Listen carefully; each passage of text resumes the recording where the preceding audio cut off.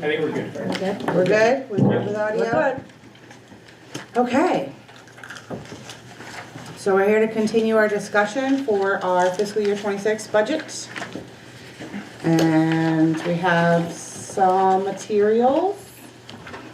You want to just jump in? Yeah, let's just do it, right? Let's do it. All right, everybody. Now, Teresa, you thought you were overwhelmed last time. Hold on to your seat. Yeah, this looks like a lot. Okay. We know that, okay? So you're gonna hear it, go home, process it. If you have any questions, just email them, okay? Because we do this every day, so I know it's like, oh my gosh, a fire hose just went off. Okay, so we recognize that. So the plan tonight is to do the different cost centers, and between them, Samantha's gonna do the line by line. And Nicole and I talked about, we'll take a break midpoint, take a stretch, whatever, and then come back in, okay? I mean, we wish we had lots of time, but we are on a timeline. So that's what causes this. So the first part of tonight is going over your data requests. So last meeting, you asked for some board data requests, and so Samantha's gonna start off by kind of saying, here's what you asked for, so now you have it. I'm just not gonna go into heavy details about it, but just so you know what you have in front of you. So last time that we met, there were some requests as far as notes and things within the budget report. So all of those, like spelling out acronyms, adding the number of stipends everywhere there's a stipend line, clarifying some notes. That's all been done, and those budget reports have been updated. So if you go back to the folder from last week and you look at the digital copies, which are also the copies that are shared with the public, you'll see the updated reports that have those edits made to them. The 3 data requests that I recorded from last time was a breakdown of our copier. I included printers because that's part of our lease, copiers and printers by building. I think Matt had requested the cost for summer school within the district prior to COVID.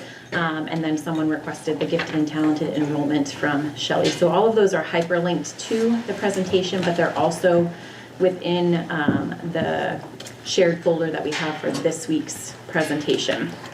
So for copiers, at Libby Tozier, there are 3 copiers and 2 printers. Sabatis Primary, 4 copiers, 4 printers.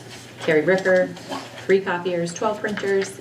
At the middle school, 8 copiers, 5 printers. The high school, 8 copiers and 4 printers. And at the central office, 2 copiers and 5 printers. And that inventory represents a reduction of 11 machines from our prior copier lease. So when we did re-up and renewed our machines, we went down from 71 to 60.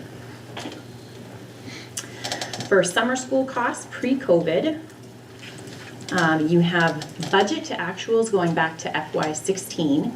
So remember that even though we all know and feel like COVID started in March of 2020, the funds that became available didn't really kick in until that next year and later, right? So we still budgeted for summer school here in the RSU through FY21, and we spent that money through FY21 to an average tune of around $19,000 per year. That doesn't represent food service related costs, doesn't represent transportation related costs, it's just the instructional costs associated with summer school.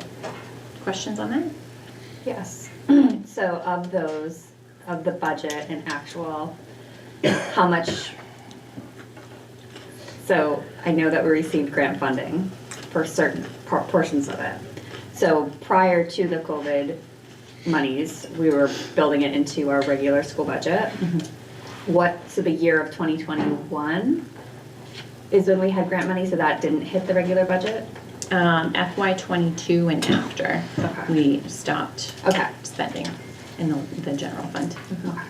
So And now we're building it I mean, back in. we were very fortunate to be able to do a Cadillac program Yeah.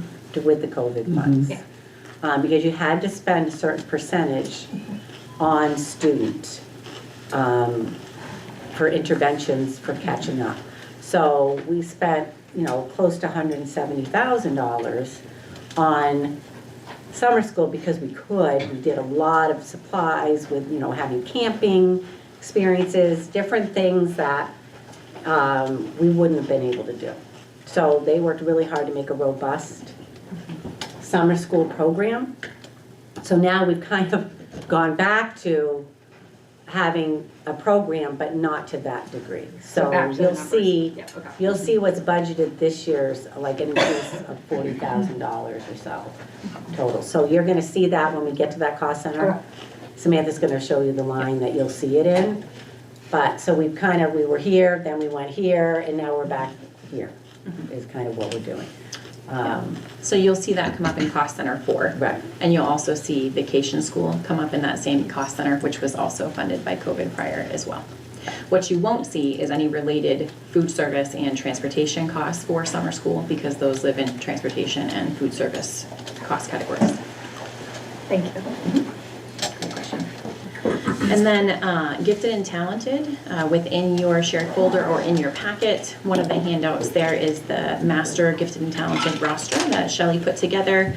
It's pretty self-explanatory, but Shelley, if you have any remarks that you want to.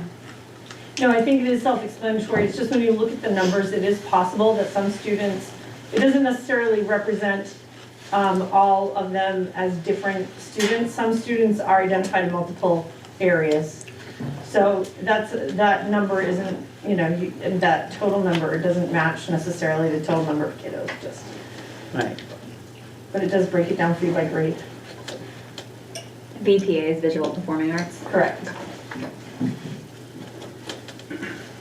Okay, so now we're gonna jump into cost center 2.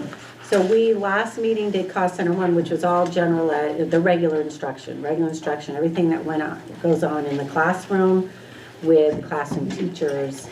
That's where we already covered. So now we're gonna get into what other things that we have for support for our students. So Justin is here, Director of Special Education.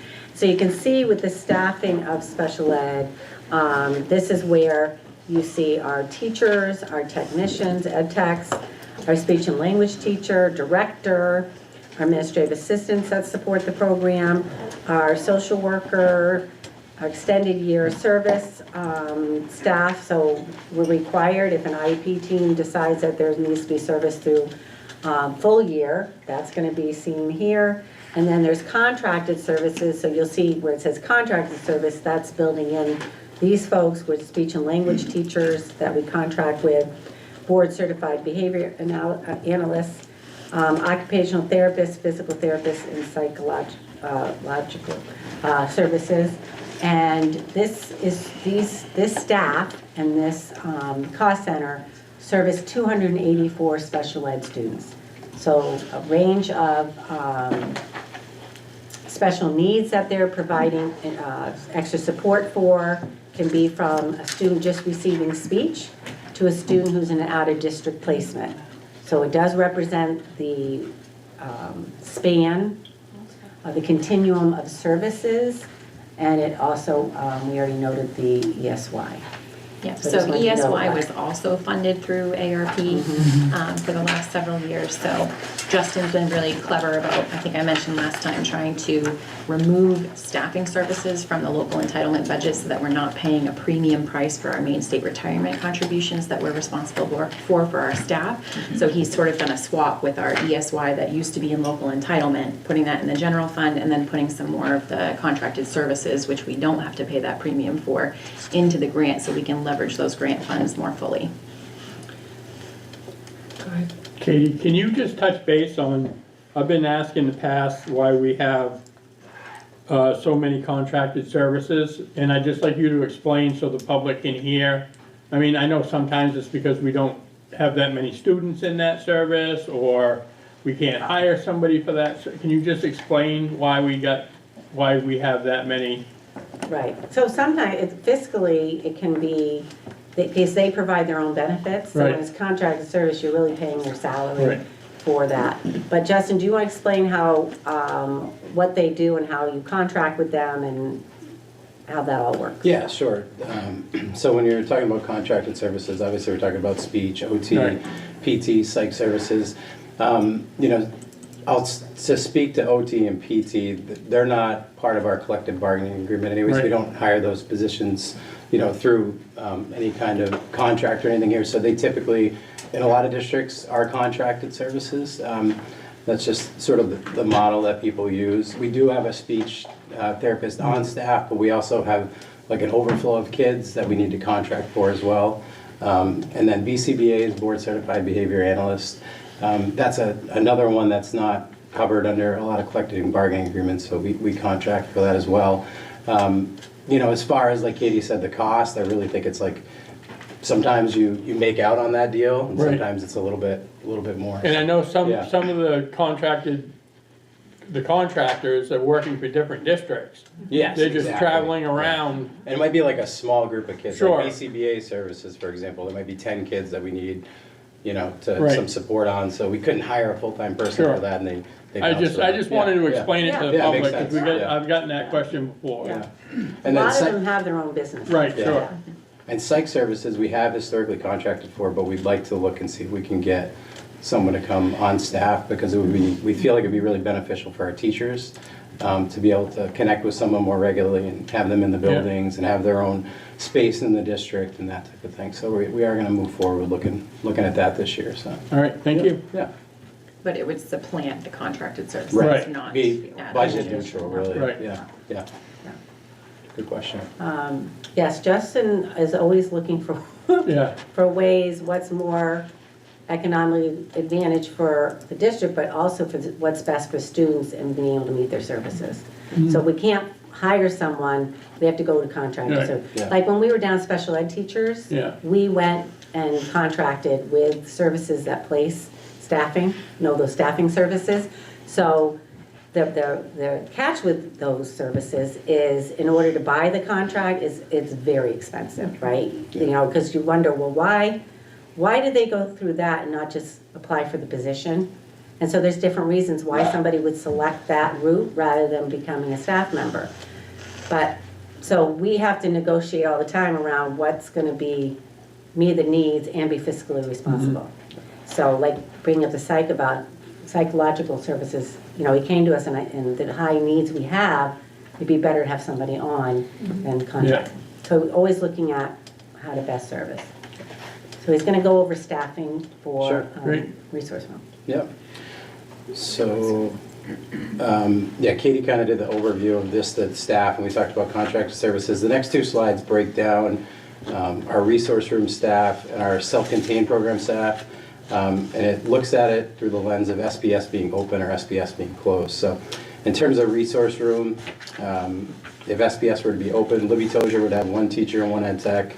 Sabattis Primary, 1 teacher, 2 ed techs.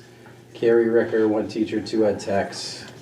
Oak Hill Middle School, 3 teachers, 4 ed techs. 2 ed techs are in local entitlement for Oak Hill Middle School, but they're ed tech 1, so they don't incur that main PERS cost, so that's a good thing.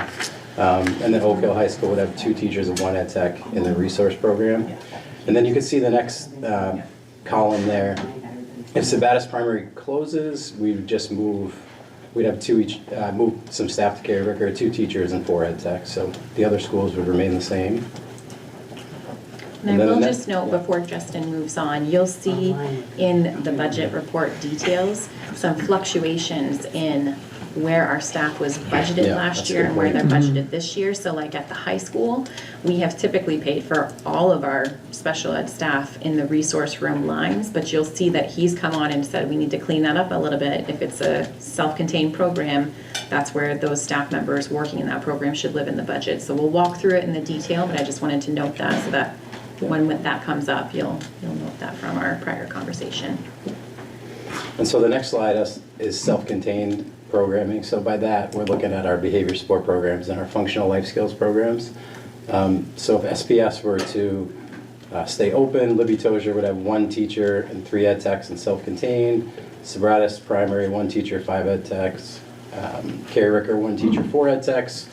Oak Hill Middle School, 2 teachers, 5 ed techs. And Oak Hill High School, 2 teachers, 3 ed techs. And at the middle in the high school, where you see the 2, it'd be a breakdown. We'd have 1 teacher working with our students with behavioral needs and 1 teacher working with our students with more functional life skills needs in the self-contained setting. And then if SPS were to be closed, right now, this is where we budgeted for these positions, so we moved the staff from Sabattis Primary to Carrie Ricker. I do just want to say there's a lot of like fluidity with that. We got to look at the needs coming in from CDS, you know, look at caseload sizes, look at all those things. We haven't taken that deep of a dive just yet, but you know, so right now, that's where they're living in the budget, but you might see those. I don't envision the teaching staff moving, but the ed techs, we might have to shuffle some around to meet the needs of the kids, so. Any questions on that? Yeah. Okay, go ahead. Can you just explain why we need the staff that we have? It's case-driven mostly, Caseload sizes. yeah. caseload sizes or whatever, and it's driven by the IEPs, the 504, you know? Yeah, yeah, So I don't think a lot of people get or understand it. right. So I guess, can you give it just a little explanation on how we get to the number of staff that we have? Yeah, sure. I mean, like you just alluded to, you know, our IEP teams meet, talk about student needs, and, you know, make decisions on what type of programming particular students might need, and that might, you know, lead to needing an increase in staff. I will note we didn't increase any staff this Right. year in special education. We did, when we get to it later on, we do have one more slot for an outplaced student. So it's kind of a balance there, but, you know, as far as needing staff, it really is driven by the needs of the kids, what type of programming they need, yeah. I just, you know, a lot of times people don't go into the weeds and find out why. They just see a number and Yeah. they react. No, thank you, yeah. Is there a ratio that we tend to operate under when we're thinking about teachers and ed techs per caseload, or is it just? In our special programs, there's ratios that, and I'm not gonna No. pretend to remember them off the top of my head, but we have to be, in our self-contained programs, you have to have so many teachers and so many ed techs per so many kids. And there's like a K-5 span, and Right. K-4, and like 5, 8, 9, 12. But we're definitely within those ratios. We're probably on the lower end of it, honestly, like meeting it just where it needs to be. Because you often see there's 2 ed techs supporting, and then if there's higher needs in that program, and additional ed techs would be placed there. So Yeah. you saw where SBS had additional ed techs because of the additional needs of the students. So this year in particular, we're always looking where the open positions, where are the needs. Right. So as principals advocated, you know, this is what's happening in our school, can we talk this through? We move people around, or we move the open position around. Yeah. Because when you're hiring, you're not necessarily hiring building specific Correct. Yeah. for these positions in Yeah, it's particular. really based on where the needs pop up in the caseloads and those types of things. Yeah. So even though we see them laid out kind of in Yeah, nice that's what I was- packets, like they, Correct. depending on what the fall's gonna look like, and let's say, Yeah. yes, Yeah. like Yeah, and we it could might change see. from the start of school to the first month of school. Yeah, Correct. you know, for example, we haven't even had our CDS meetings or Yeah. incoming kindergartners with IEPs. Right. Those don't happen until April or May. The budget's already well underway, and then we have to make some adjustments based Yeah. on the kids coming in, so. Out of these ed techs, are there any that are one-on-ones? Yeah, some within the programs for sure. There are some students who require that level of support. It might not be all day. It might be, you know, certain class periods, certain timeframes of the day. But there are some kids who need that for sure. Yeah. Any other questions? All right. Can we do the next slide? So another thing that's housed in cost center two is just special education supplies. I mean, you'll see at the bottom, there's a note, there is a small portion of the local entitlement funding we try to use every year to offset the supply costs that are in the local budget. But some of the things that, you know, are included, and I should back up a little bit, it's a similar process that happens with the building principals. Special ed staff will submit stuff to our office, we'll take a look at it, you know, weigh all the needs, weigh all the requests, and sort of come up with a number that we think will work, and based on what staff say they need. So it includes instructional software such as Lexia, Reading A to Z, reading and math curriculums, supplies and materials for our functional life skills and behavior support programs. So like our functional life skills kids do like cooking activities and those types of things. So we try and fund those, and also supplies and materials for related services. A lot of that can be testing supplies, like, you know, we have to do evaluations on students, and those can get quite expensive, but We do, again, try and offset that with local entitlement when we can, just depends on what we get. Our allocation this past year for local entitlement, just so you know, was 411,000. Seems to be like creeping down every year a little bit. We'll see what we get this year. And the tricky part about it is we don't get that allocation until almost May. So again, we're well underway with our budget, so we do And our. if I may, that's a common theme that you'll hear tonight with special education and our support for staff and students. Our budget timeline is not necessarily friendly to Yeah. responding to those needs, right? And being able to provide the services on an as-needed basis. So we do the best that we can on the time frame that we have and the timeline that we have. But, you know, you'll see responses and adjustments based on what we have for caseloads and needs for students across the board. So that was it on supplies. And then the last couple slides are the biggest budget drivers for Cost Center 2.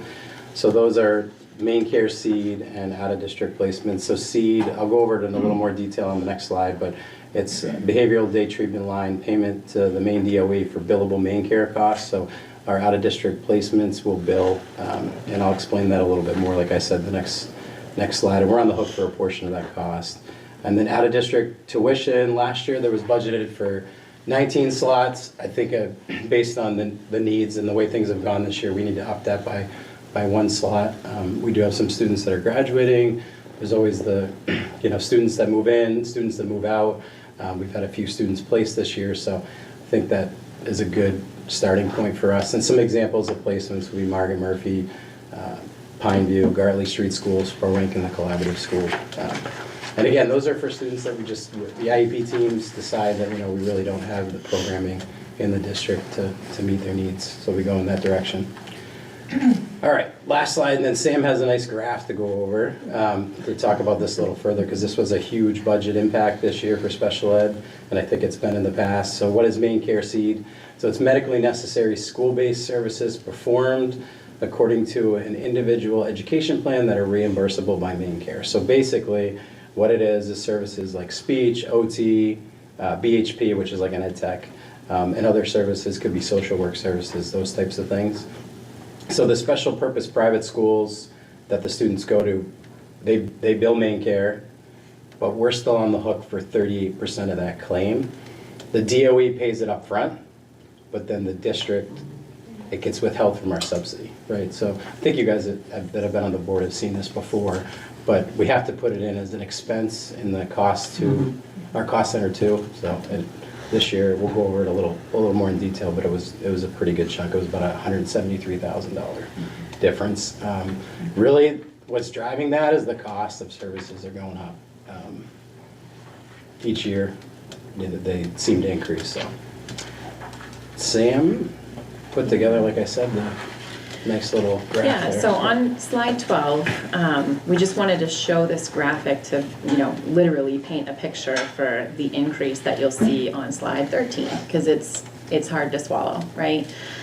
So the main care seed services that Justin was just talking about, what we did together was we harvested, going back to FY15, what is the district budgeted for that expense line, which also has a small amount, I'd say probably like 10% or less of that represents our direct payments for those services to like a Spurwink or something for a student that isn't eligible for main care, but it's predominantly the main care seed. So the purple bars is what you see that we have budgeted in RSU for these expenses. But the dark teal, those data points reflect what we've actually spent. So you can see that in recent years, the last 5 or 6 years, we have under budgeted for that amount. And I don't think it was like an error on someone's part in budgeting. You can see the trend line, right? So that red is a moving trend line, so it's a moving average. So it responds to more recent adjustments in, the actuals, so that the prediction's a little bit more accurate, right? So you can see that the expenses have been growing very fast and hard to predict. Justin mentioned, the cost of the services going up. The adjustments to what main care covers for those services, and then also actually the need of the services. So there are more services that we're paying for than we have in years past. So that's why when you get to the next slide, slide 13, that right-hand main care seed services, that increase is so large, is because we're trying to put in what we think we need in the budget so that we're not trying to not fill openings to cover a difference that, you know, we need the staffing in the building, that's why we put the staffing in the budget, right?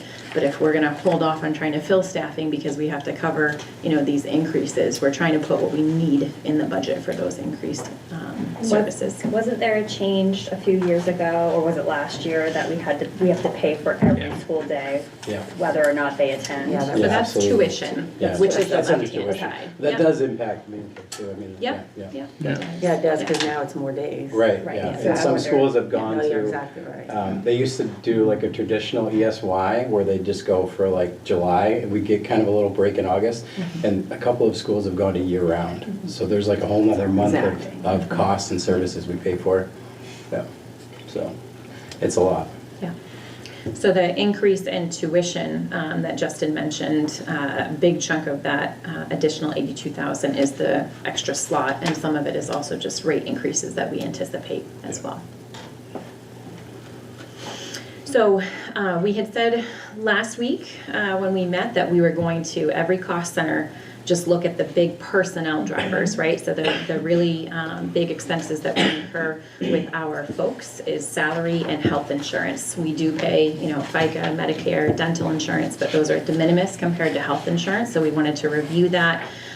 Each cost center, and we also wanted to do a comparison in the version with SPS Open and SPS Closed so that you can know the cost centers where the staff reductions have been made. So you'll notice that there's no change between SPS being open and closed. So when we get to the detail in cost center 2, what you'll see is that staff have been moved, reallocated, put in different places. What you will notice is that there is an increase in staffing from last year, not from what we have currently, but we did use a regular instruction open teaching position to fill a special ed need that we have. So one teaching position that was budgeted in cost center 1 is now budgeted in cost center 2 to cover our special ed needs that we responded to this year. So you'll see, you know, a modest increase in salary, but a substantial increase in health insurance based on, you know, some pretty significant differences in elective coverage for our staff in this cost center. And then a summary overall, again, no difference between SPS being open or closed on slide 15, but the cost center overall being up just under 550,000, which is, you know, a fair portion of our increase within the budget itself. So about half of that increase is our staff and related benefits, and the other half are pretty much the two drivers that Justin mentioned, the tuition increases and the maid care seed increase. Okay, good. All right, so now take out, we're going to do a little bit of the line by line. So if you want to take out your, or go to your folder and pull up cost center 2, SPS open. We're going to try, Sam's going to really try to just show different things that you might pick out, like we went through it and what did we notice? We're not going to go every single line. Yeah, you guys are all pros now. We did cost center 1 last Exactly, week, so we're gonna try to, you know, I don't know if I have it in my folder. in your folder, it should be there. Let me just double check. So it's the 3/5/25 budget workshop folder. So if you're in the 226 one, I had that same problem. Click Okay. shared with me and it'll bring you back and then you Okay. should find it. Okay. Yeah, I tried to reshare it this afternoon, so I'll try to do that every time that we meet. I'll reshare that folder so it pops up in your inbox, top of queue. can you find it? If you have the physical copies in front of you, those budget reports are ordered by cost center in the order that we'll go through. And they're noted on the top, whether it's the SPS open or closed version. So we'll zoom right through the closed versions because most of the differences we've already kind of discussed when we look at the staffing layout. But we'll go a little bit more in detail on the open version. Yeah, Sam, just so you know, I didn't get No? the reshare today. Okay, let me just do that right now, just in case. I'm there, For it. but just Okay. for next, That's or whatever, Thank you. but I'm there. Yeah. She's sending it again. Yep, sending it again so you can check your email and see if Because it you only pops have right in cost the top. center 5, so go, yeah, go. It's to in your share folder, it's in the it. 325 folder.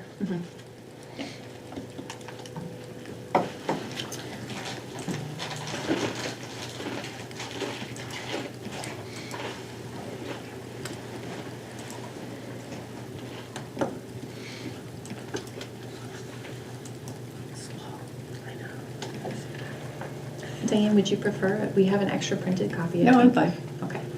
No, it's, her machine is slow. There it comes. Okay. So now, I always do bring this, sometimes it's easy. Whoops.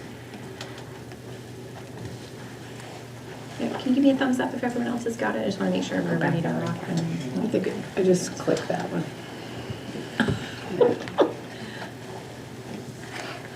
Oh, There. I wonder if I just put in,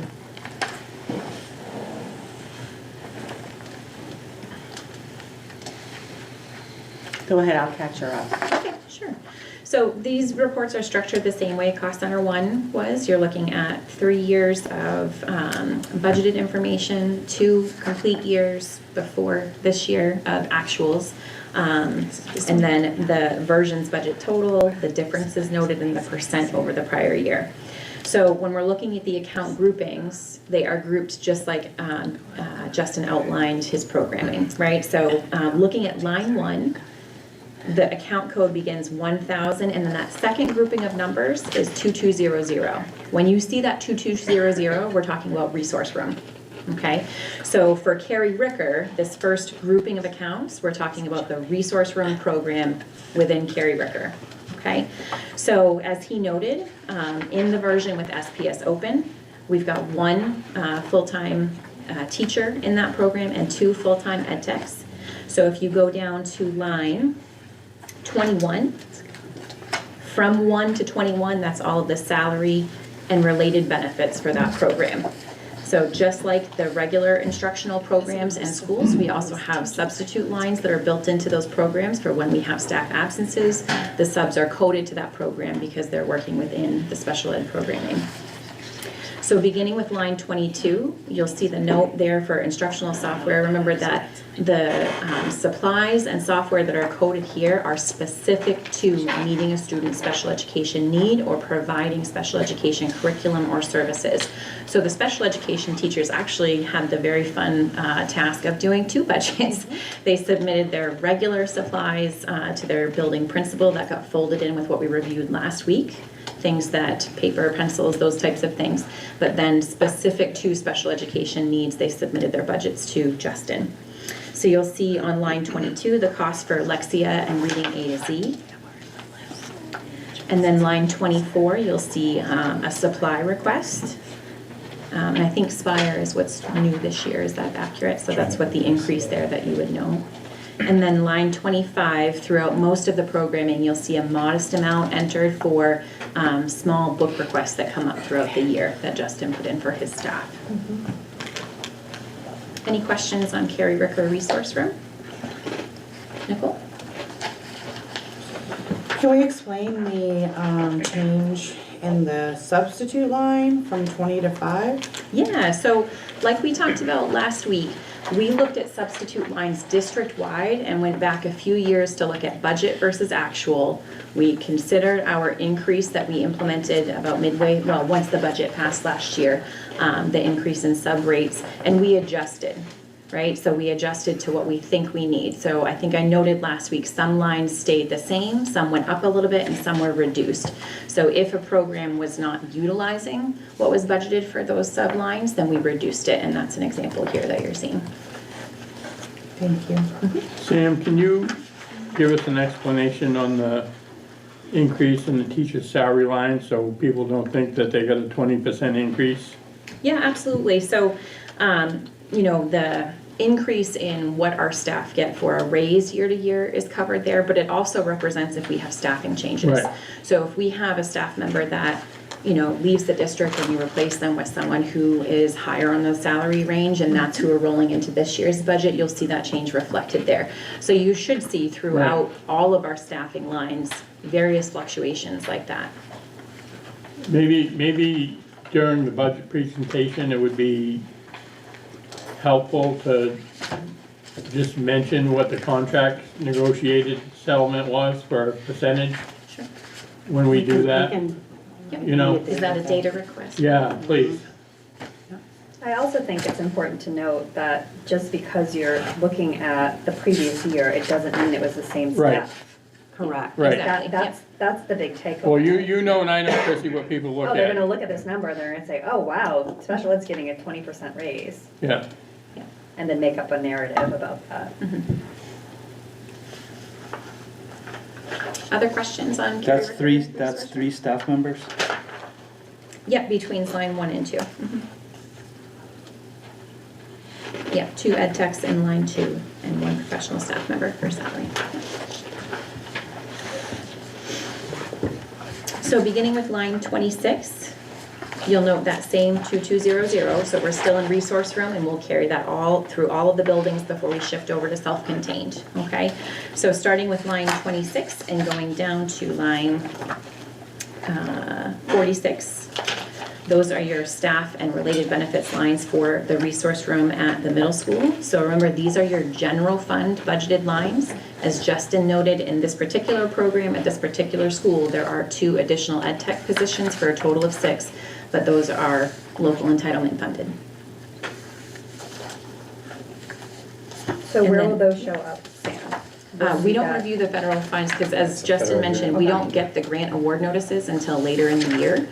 So we do our best to predict or plan on what we think will be awarded, similar to title funds and other grants that we utilize. But we don't review them as a budget process that we do here with the board. So somebody might look at this and say, oh, there's only 4. But if you look at the slide, If you you'll look at see the slide. asterisk Yeah, that there's so maybe 2. we should put like a little, not that I think that the majority of the public is doing a deep dive line by line, but if there's a way to make intentional We talked about that. connections. You did make. Yeah, I just think that's helpful. And It then just makes it easier too, if they are looking at the 2 different materials that. Well, it's like Scott's doing. And it's the same information. I see him. Yeah. Counting. So line 47, each school has instructional software line built in. So this is Lexia and a program called EasyCBM that was requested for the staff. A little bit of supplies and books and periodicals as we've noted. Questions on the middle school resource room? Okay. So beginning at line 50, this is where we're going to move to Libby Tozier. So same thing, we're still in the resource room program. And from line 50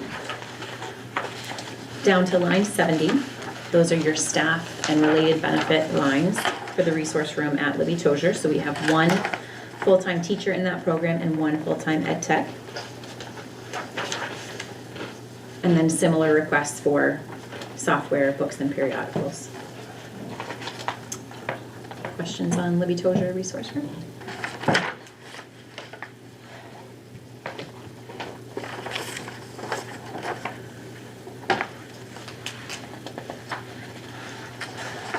Okay, so now we'll move to Sabatis Primary. So as Justin noted, in the version of the budget with SPS closed, these monies, these positions, and the staff requests will all move to Carrie Ricker in the resource room program. So beginning with line 74 and continuing to line 94, those are staff salary and related benefit lines for the resource room currently at Sabatis Primary. So we have budgeted 1 teacher and 2 ed techs in that program. And then you'll know very similar requests for software, supplies, and books and periodicals. So Sam, just maybe a heads up for people, if SPS does close, you're gonna see an increase in the Carrie Ricker lines, but you'll see all the zero outs That's right. in the Sabatis fund. Yep, and that's what we'll jump to when we look at the version Right. with it closed. We'll Okay. jump right to Sabatis Primary. You'll see all those zeros. Yeah. And then you should be able to trace them to Carrie Ricker and see the increase there. Okay. So moving on to the high school, just want to pause here and we'll spend a little bit more time. This is the resource room at the high school, which again has historically been where all of the staffing and supply lines have been budgeted for the high school. But again, we have different programs that run there, so Justin and I have decided we're going to tease those out and we're going to put those in the appropriate places. So you'll notice when you look at line 98, in years past, so if you look at last year, right, nearly $330,000 there. So if you look at what's there now, 149, we're like, wow, we just reduced a bunch of staff. well, we did from that line, but they've moved to where they should live, right? So within those 5 professional staff, we had a social worker. So if you jump down to line 100, you'll see that money moved to a new social worker line. Okay, that is specifically designated to work with special ed students, okay? Then, if you think ahead, you will see with the high school new self-contained 2300 lines, and 2 of the staff members that were previously coded here, you'll see land there this year in the behavior. Similar with the ed tech line, we've historically had 4 special ed techs at the high school. With this new split, 1 of them will remain in the resource program, and the other 3 will shift to the self-contained program.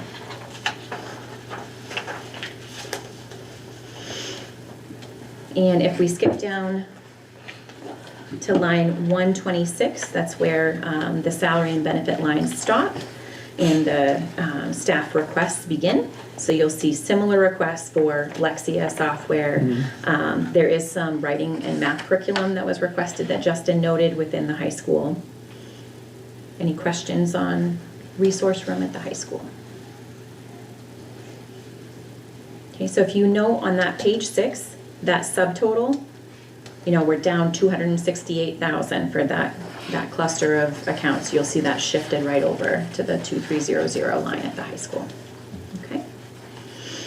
Before we move on to the self-contained programming within the building, we do have, as Justin noted, tuition lines. So the 2200 tuition lines represent the tuition that we pay to public schools that take our students, and this would namely be Gartley, the school that runs out of Lisbon. And currently we are only budgeting for K-8 students based on our roster and who will roll up next year. So you'll see that tuition is staying consistent from what we budgeted last year. Questions on that?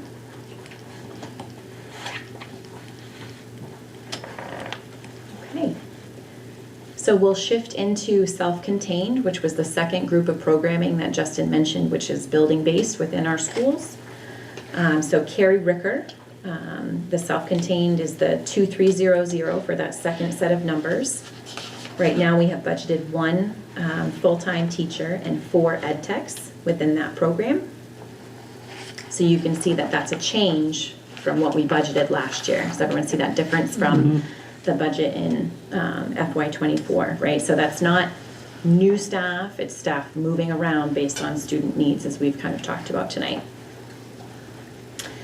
And then if we continue, I'm going backwards instead of forwards, hang on.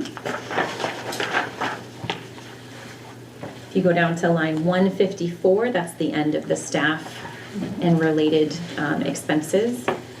And then 155 through 57, those are modest supply requests and books and periodicals for Carrie Ricker self-contained program. Questions on that program in that building?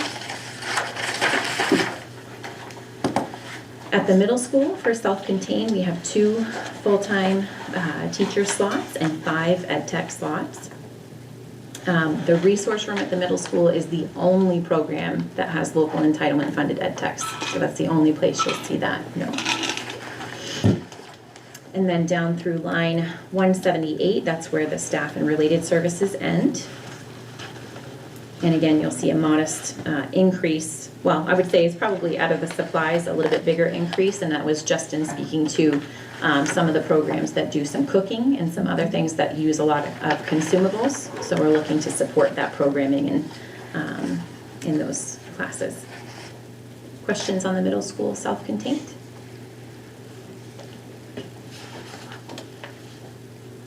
Okay, so we'll move next to Libby Tozier. Sam, do we know Yep. how many students are in our self-contained program? I'm sure Justin does, but maybe not off the top of his head. Yeah. I don't want to give, I mean, high school, You can get them to us next yeah, time. why don't I get them to you, like the Yeah, exact that'd be numbers? fine. I can give you ballparks right now. but Yeah, I'd just rather give email you it to stuff, me no and- problem. yeah. Yeah. Okay, noted. All right, so moving to Libby Tozier. We have a self-contained teacher and 3 ed techs budgeted. You'll see that we didn't have staff there in that program for last year.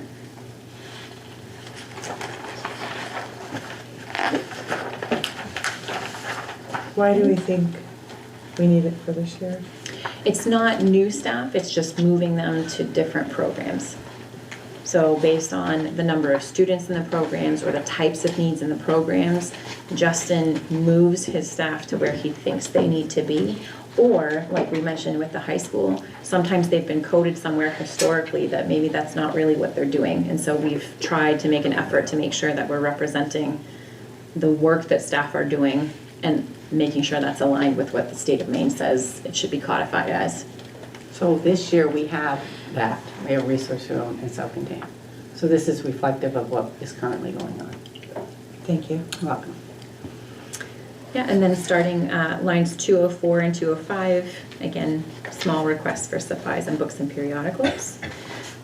When you begin line 206, it's important to note that that programming is an exact example of being responsive to student needs. I'm sure Justin could speak at length about the dynamic needs for change at Sabattis Primary to respond to special education needs there as new students have come in. So these lines are actually brand new this year and haven't been utilized in, either at all or in quite some time. So you'll see this past budget year and the last two budgets and actuals have zero in them because we haven't used that program or it hasn't been offered at Sabattis Primary in years past. So again, it's not new staff, it's not additional staff, it's staff that's being moved around to adjust to student need.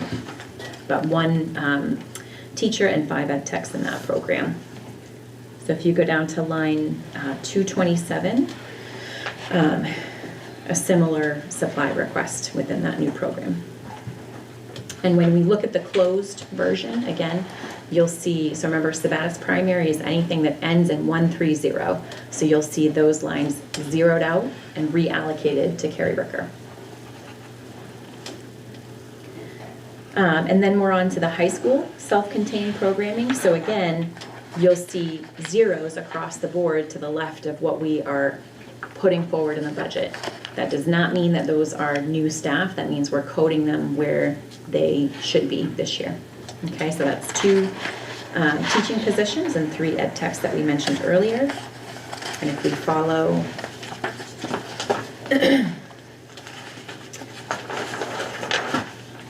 down to line 249, that's where our staff and related costs end, and the supplies to support that program begin. And again, a little bit more supply requests here to support the cooking and other projects that take some consumables within that programming. So before we move away from the 2300 grouping of accounts, we also have the tuition lines here. So the 2300 tuition lines represent our private, special purpose private schools. Did I get that right? You got it. Yeah. So line 250 is where you'll see a bulk of that increase that we noted for tuition, because that represents the extra slot to take us from 19 to 20 positions at the average tuition rate. And then in line 252, you'll see a slight increase to adjust to predicted rate increases for the other schools. And just remember the 950 is kind of our younger population of students, and 990 is our 9 to 12 students. Questions on the 2300 grouping of accounts before we move on? Robbie? Sam, I know the tuition piece, our students going out, and then I know we look at which students, we have a testing procedure that tests them to make sure, that we don't have the services so they go out. Well, I know when we originally built the middle school in Sabattis, because it was just Sabattis at the time, we had an in-service, and we were actually able to take students from out of district into our in-service. So, that, Like the functional life skills. like the functional life skill piece that we would bring students in, which was, we were charging. And I know the middle school, when we were looking at the addition, there was gonna be a place for that. So I guess the number of outplacement kids that we have, and I know we look at, like I said, we test those students to make sure they, we would rather have them in district than out of district. Right, so you want to talk Yeah, about, I mean, like, talking about I think I would transitional. just answer that by saying something that is on my radar is the number of out-of-district Right, kids, and what can we do to increase our programming in district to keep kids here? I guess I would just say it's not something that happens overnight. right, yeah. There's a lot of training and professional development and just shifts we'd have to make that happen, but it's something that's on the back burner for me. I feel like we need to look at that further down the road. But, Yeah, all right, thank you. Yeah, you're Yeah, welcome. the challenge is training Right. and expertise. Yeah. And so certain programs, that's what they focus on, Yeah. is a certain disability or a different, what is the makeup of our school. And so it's much more designed, specialized design. Right, And we've talked about, if we started a program here, you have to have the staffing. Yeah. We struggled hard for It'd be hard to- staffing this year. Yeah, we have a hard time getting So just it was regular like, ed tech. how are you gonna start a program Right. when we Yeah. can't Yeah. even, you we know, were lucky enough to have that person in place right? when we did it, Yeah. so, Because when we have people move around, then the expertise, yeah, like we've had challenges this year a little bit, the teacher's expertise is resource room, and now you're being asked to do self-contained. yeah, Well, that's a different expertise. And so we have to support those people so they feel successful. yeah. Has there been any consideration of like, some local districts will cross-train ed techs to be BHPs so they can bill for them in that manner? Because that's something that is even considerable. Yeah, it is, and I don't want to take it too far into the weeds. One thing we've considered is maybe partnering with one of our outplacements to provide services in our school. We haven't had like any in-depth conversations about that, so I don't want you to think that, Well, but and some yeah. districts contract for that. Yeah. Like there's a BHP Right, right. contracted Yeah. services that we talked about, you know, if we had to look at a specific trained ed tech, we Right. could do that. Yeah. But it comes at a cost. Right. And if we had our own, we'd have to have a higher salary Right, because yeah. we're higher trained. Yeah. But yes. So to answer your There are question, I think we would tap contracted into services. people that, or agencies that already provide that service and see if they could come into our schools and help us out, but. Yeah, Because I know SAD 52 Exactly. contracts and has. exactly. Yeah. There's, Yeah. yes, You nailed it, yeah. Yep. yeah. Yep.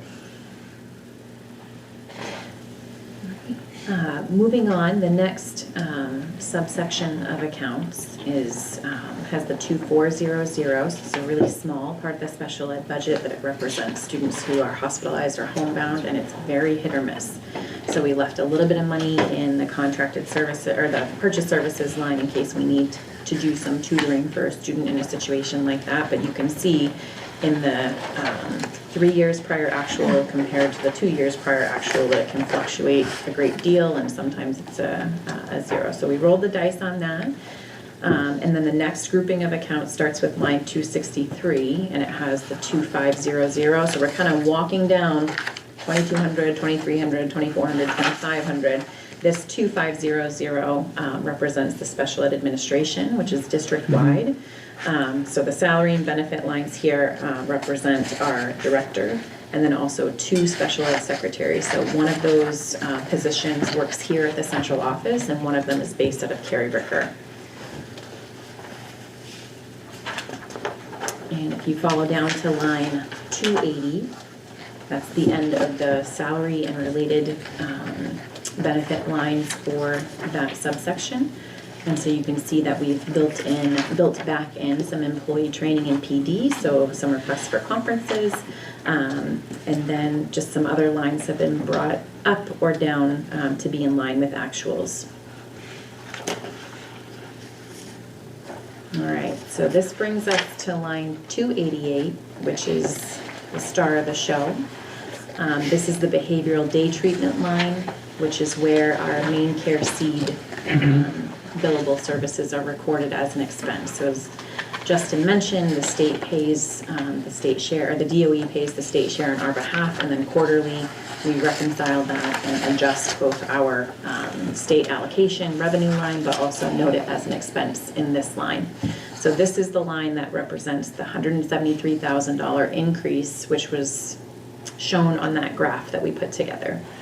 So as we've discussed, it represents a significant increase not only to the rates of those services that are being provided to our tuition students who are eligible for main care, but also the amount of services that we've seen over the last few years. A question. I do know that main care comes from the federal and state Medicaid program. So what's going to happen if Medicaid is cut for that percentage? It's going to affect some of those kids, I'm sure, that are in those programs. There's a lot of unknowns about that. Yeah. And I think you probably have a lot of similar questions about other things too within the budget. So if I had a crystal ball, I'd love to tell you, but I don't know. Yeah. And can tell you right now, we're planning on business as usual until we learn otherwise. Is that fair? Yeah. Yeah. And hope that whatever does happen does not have a negative impact on our students and our staff that service them. So moving on, unless, I'm sorry, are there other questions on Yeah, that Sam- 2500? Can you give us a small explanation about how the special ed money goes out and comes back? As far as, you know, how everybody always says, oh, you know, nobody argues about special ed because we get the money back, you know what I mean? Oh, how it filters. Yeah, into how the it filters formula. in, yeah, the Yeah. formula. Yeah, I mean, Katie's the ED 279 expert, I would tell you. Like, I've learned a lot from her just because she knows that in and out. So the formula does change every year, but I think you're referring to the adjustment that we get when we have high expenses for Right. students who are tuitioned out in the related services. So the formula changes year to year. To give you like a detailed and specific answer Yeah, on how that, yeah. I would pivot to Katie Yeah. or say, I'll get back to you. Yeah. No, I would say they can't even really describe Right. it. But, well, remember I shared, well, I didn't share with you, the finance committee, I shared that we had an increase in our ED 279 in special education. I mean, we have a high number of special ed students. Yeah. Proportionally, and that's showing up in our ED 279. So you can see that helped increase our ED 279 allocation. So when people say it's a direct, we don't take the ED 279 and say, this is the amount we can spend on special ed, this is the amount we can spend on economic development, this is the amount we spend on transportation. We don't do that. It's all part of funds for revenues that we Right. have. So yes, they will look at, you're out of district and they have to make adjustments, which helps us out when we hear that there was an adjustment, that's revenue that goes on. But we always have to budget the Budget, expenditure. right. And then the offset is the state revenue, but also the taxes Yeah. and we've discussed, which we're gonna talk about next meeting, the revenue is how much do you count on main care revenue dollars? How much do you count on these other areas? What have we been seeing in a trend for those revenue Yeah. bases? So. Okay, thanks. Okay, so we're almost to the end of our first cost center tonight, but I mean, it's one of the biggest ones. It so, is one. Cost center 3 is gonna feel like a breeze compared to this. So starting with line 294, you're looking at the 2800, that starts the related services cluster of accounts for special education. So psych services, speech services, occupational therapy, physical therapy that Justin mentioned, all of those are grouped here. So some slight fluctuations within that. We do have one full-time staff person that works with speech that's within our collective bargaining agreement, but we actually have had another opening that has sat open and been advertised for quite some time that we have filled with contracted services to meet the needs of our students, but we'd love to hire another full-time speech person. But as you've mentioned, people make choices maybe not to be in that full-time position within these services. If you see any lines of note that you want to draw out from those 2800, they are grouped with the 950, so you'll see a subtotal for our K-8 population, and then 990, you'll see a subtotal for those related services for our high school population. And do remember that, like, for example, if you look at line 317, contracted services for psychological, we spend more than $10,000 on those contracted services, but a fair amount of that is in the local entitlement budget, and that's where we pay for it. So it doesn't represent everything that we provide for services for our student, it represents what we budget for in the general fund.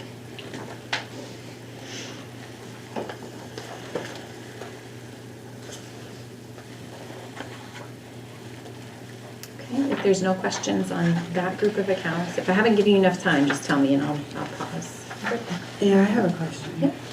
Can you explain or provide a little bit more information for line 306? Technology Yes. equipment for 4,000? Yep, so technology equipment, if you look at the third group of numbers there, the 2150 in the middle of that account, that's speech services. So that technology equipment is there because if we have a student that moves in that needs the, I don't know the name. FM training system. FM train, The mic. say it again? Headphone. Yeah. Yeah. It's quite an expense, and we have had to do it in the past, It's so a we have common that thing. there if we need to replace that system or if we need to purchase a new one for another student. Yeah, I You mean, think a obviously, note should some go years there? it doesn't obviously get spent, but it's something that does regularly pop up for student needs, but. Yeah, I think Make a note. would be Okay. helpful. Make a note there. I'm just trying to think through like questions that Yeah. Yeah. people Yeah. might ask Yeah. looking at this or that I would have asked a year ago, 2 years ago. Exactly. Okay, Matt has a question. almost there, our last. Same question as Sorry, that. I'm sorry, so sorry, 2 questions, I'm just. Oh, I'm good. Go right ahead. Going back to the open position that we've had advertised for a while that's being filled by contracted services, is that still budgeted in here, the open position? No, I think it's been left open, correct me if I'm wrong, I don't think we budgeted as an open position. We budgeted what our current practice is that we're using a Using contracted contractors, service right yeah.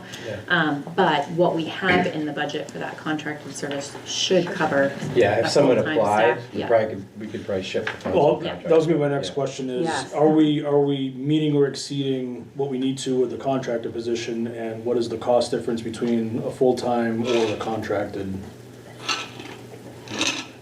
It varies. It varies, okay? Yeah. Because Depends if on somebody the was at health the top insurance, of the teaching scale, Mhm. plus Right. Benefits. took a family benefit, Benefits. but a contracted service, Is it They char- comparable well, ballpark? it depends, they Yeah. charge a lot per hour. They do, yeah. But they have to, So- you know, generally take care of Yeah, all their exactly. things, right? Their health insurance, Yeah. their Correct. taxes, all of those things.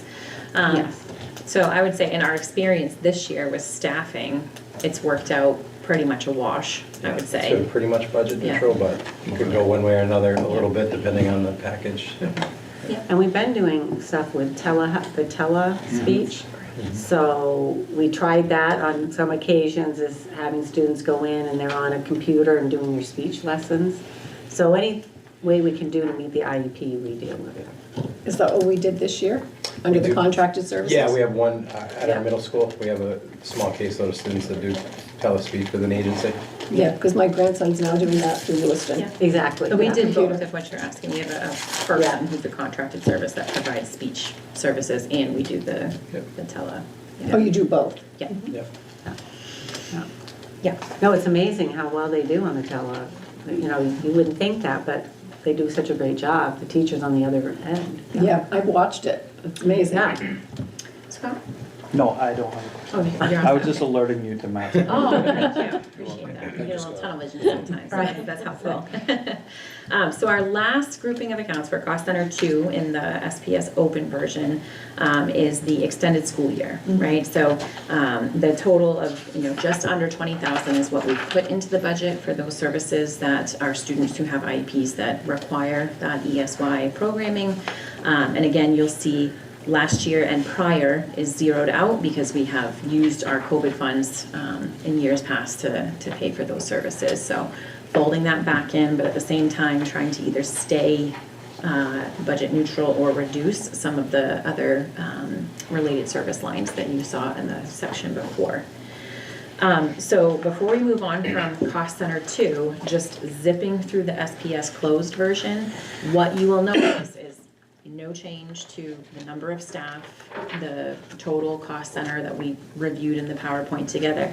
What you'll see is increases in the Carrie Ricker staff and related services line, and then, or staff and related expenses lines, and you'll see both the resource room and self-contained lines for Sabatis Primary zeroed out.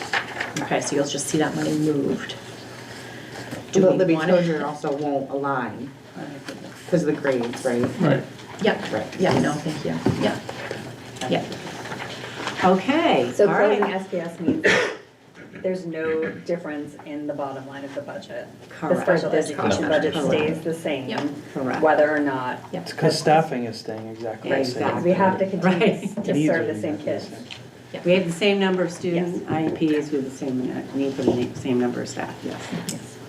Okay. Career and technical, only because I'm watching Fox, so we're gonna do career, we're gonna do two more. One's real quick, one's not, is not too long either, and then we'll take a break, okay? So career and technical, which Mel did a lot on last meeting, but just a reminder that we have a cooperative agreement that you just approved, which outlined a cost calculation. I put in here what the cost sharing agreement is, so if people were wondering, that's, it's on a 2-year average. It's based on our allocated slots, not the number we use. We use more than that. But the agreement between the districts was the percent should be on the allocated slots, not the how many seats you're actually using, okay? That benefits us. So when you go to our enrollment, just real quick, this is a different slide that Mel updated. You can see our increase. Our grade 10, the percentage by the class, I should say. Our 10th graders, we have 7% of our 10th graders participating. We have 46% of our grade 11, almost 50% of our 11th graders are in an LRTC programming. And then we have our grade 12 students where we have 32% of our grade 12. And LRTC focuses a lot on grade 11 and 12 and give opportunity for 10th graders to explore. So that's where you see the shift there. We had great news. If you remember when we did the cooperative agreement, it was $32,375. Rob Callahan emailed us today that due to their cost savings and budgeting and their allocations, it's come down significantly. That's great. So, which is great news. So think what we get for 8218 is pretty impressive. So remember, all those funds run through the Lewiston School Department.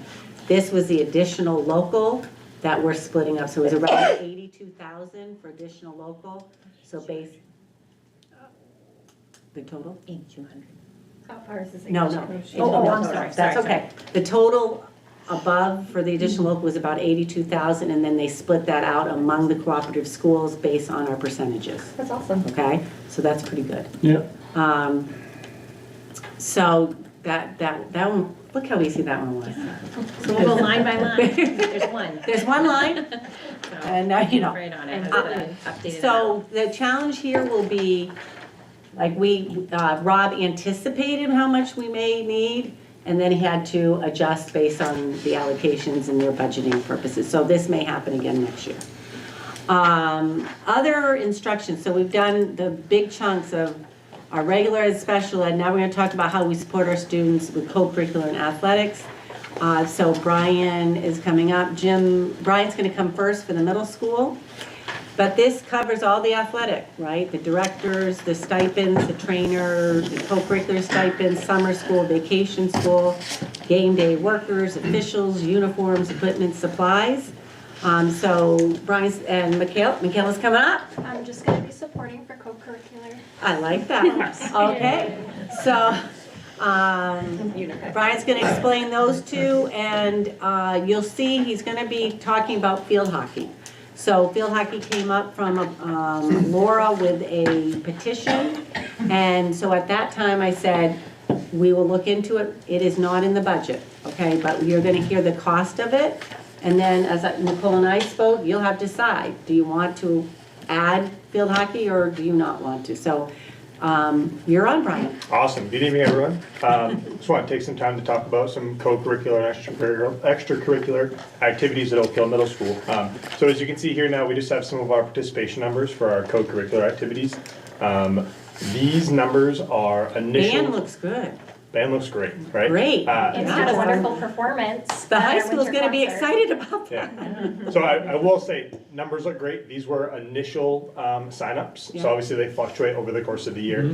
I feel like it's something we see a little bit more at the middle school than the high school, where some students may try something for the first time and then might not stick with it, or might try something else because they're exposed to a lot of different co-curriculars that they might not have had at the younger ages. So again, these were initial numbers. Some of them are split up over the beginning and second part of the year. So for example, intramurals, that's a number of students that are doing it for the entire year, but there were 2 sections, right? There was a group in the fall and a group in the spring. So just kind of giving you overall looks, but they are broken up into different sections. Next slide, please. So the sports that we currently offer at Oak Hill Middle School, again, these are initial registrations. So when you're looking, boys basketball, 47. Holy cow, right? If you made it to a game this year, we did not have 47 athletes, but this was the initial number that signed up or registered. Now, due to numbers and roster sizes, we may have had to cut some, just because we do have to at this stage from time to time. Or again, may have been a scenario where someone signed up because they wanted to try it, just didn't stick with it, so on and so forth. Out of all of our middle school sports, we do co-op with Lisbon for track and field. So we do have the opportunity to send 11 students there. I wish all 11 would stick with it. Part of a co-op is that we don't provide transportation, so I don't foresee all 11 to stick with it this spring, but we try to do the best we can. It's tough for middle school students when they don't drive to get to Lisbon every day for practice, but at least we have the opportunity for those athletes at no cost. There we go. So field hockey, as Katie mentioned, this was a recommendation or suggestion to look into, to provide. Field hockey is kind of unique because it's currently run through the rec department, but they do play in our capital area league, which the capital area league is the conference that the middle school plays in. So think of it as like 2 different hats. It's run and organized and everything's paid for and done through the rec department, but they go and play other middle schools. Historically, I'll be honest, I'm not really sure where along the lines. I think they've just always kind of done that. When you look at the middle schools in that conference, about 20% of them are rec departments that play in the capital area league. So it's hit or miss. You can see there kind of a cost breakdown. So this would be rough numbers if we adopted this and provided field hockey as a school sport next year. So you see stipends, paint, various equipment, game assigners. Officials varies a little bit based on if you have 1 game or 2 games played on one day. That really is determined based off roster sizes, if we have enough athletes to have 1 or 2 teams. So you see rough cost breakdown on the left. On the right, you see some things that are not included would be transportation costs, so gas and labor for the bus fleet, things of that nature, and then as well as field maintenance, which would be just maintaining fields, and more specifically that would be maintaining the Kerr Ricker fields, because we already incorporate maintaining the Oak Hill Middle School fields because soccer plays there, so that would already kind of happen. I've been working closely with the rec department over the last couple weeks just to get their insight and input, because obviously this would be a big change for them as well. So they were generally supportive of it. As you can see, they were willing to provide uniforms, cages, and goalie equipment. So that would be a cost that we would have to take on right away, but that would be a cost that we would be looking at paying in the next couple of years. I would estimate probably within 2 to 4 years, we'd have each of those expenses. And that's just from like general wear and tear of using the equipment or supplies or uniforms being used. And then, currently they do practice at the middle school every day and they travel to Kerr Ricker for games. And the rec department decided that that's probably what they would still do just because of ease of use. They used to do everything at Kerr Ricker, but it was a lot easier to have practices at the middle school just because the girls are there every day. And it's easier just to walk right out of the school. But they have a game field lined properly at Kerr Ricker because that's where their rec games are as well. And they don't have as much competition with scheduling wise when it comes to soccer and using the same field. So they just kind of decided, we'd look into doing practices at the middle school, but games at Kerr Ricker still. So. I have lots of questions. Absolutely. So currently, middle school field hockey, is it 5th, 6th, 7th, and 8th graders that are playing? Yes. But if they were to move to a middle school team, they would no longer be allowed to have 5th graders. It would be priority 7th and 8th grade. And then if we need numbers, we could allow 6th graders to go. would there still be a rec program for those younger ones? So there would be. So currently what they're doing, they have 2 different teams that kind of run like interchangeably. So they have a 5th and 6th grade team and a 7th and 8th grade team, and at times they'll pull some of the 5th or 6th graders up to play if they need it. So essentially, they would just be kind of isolating. Those 5th and 6th graders would play in that league through the rec, and then the 7th and 8th graders would play for the school team. And they're It's not the only currently, sport that's like that. no, there's a lot of sports that. Right, Yeah. exactly. It's, when we look at the Capital Area League, which is our conference, like I said, it's the only sport that participates in it that we don't technically offer or sponsor as a school, but you're right, there are a lot of others out there that do that. And they currently are paying to do this. Yes. Yep, their costs aren't quite the same, just due to like RCBA and contracts, and there's certain things that as a district we have to follow, and they don't necessarily have to. So when you're looking at this number, it is a little more than if there was a rec director here that'd say, we're not paying that. Well, that's just because, again, contracts and things of that nature, we have additional costs as a district that we have to pay. How many kids do we have playing? So they gave me rough numbers. I want to say there's around like 18-ish, but that's because of 5th graders. It should be 18, I believe, for 5th through 8th. With the 8th graders moving on, at the time, they weren't exactly sure of what the upcoming 5th graders would be. So I would suspect next year, our roster would be around like 12 to 15. Because my roughly. granddaughter has played field hockey, and she's started there in 5th. Yeah. So she's played 5th, 6th, she's going to 7th next year, she's played every year. Yeah. And they play in tournaments over the summer too. I mean, I'm a huge field hockey person. I coached in Lisbon, but my niece plays for Turner. So we saw Oak Hill at a couple tournaments over the summer, and they're good. Yeah, she plays Yeah. for, she's currently doing sticks, so she's on the competition team, so she goes, I mean, she's been to, as far as, during Thanksgiving, they went to North Carolina, so. Yeah. Yeah, so I will say, like, regardless of the board's decision, we're still gonna have field hockey provided at this age range for, young athletes of this age. I know in talking to rec, one of the, I say concerns they brought was like transportation, just because if their games are at 3:30 or 4, they were really hoping that if they're a school-sponsored activity, we would have buses to help transport their athletes. So I know that was like a really big push for them. But other than that, I mean, at the end of the day, we're still gonna provide this opportunity, whether it's through the rec or through the school. And because of the relationship with the conference, we work closely together all through the fall. So with rec sharing 5th, 6th, 7th, 8th to fill slots, or is there enough interest for the 7th and 8th grade groups to field a team and? Yes, I predict there'd be enough for one full team. I don't think there'd be enough for 2.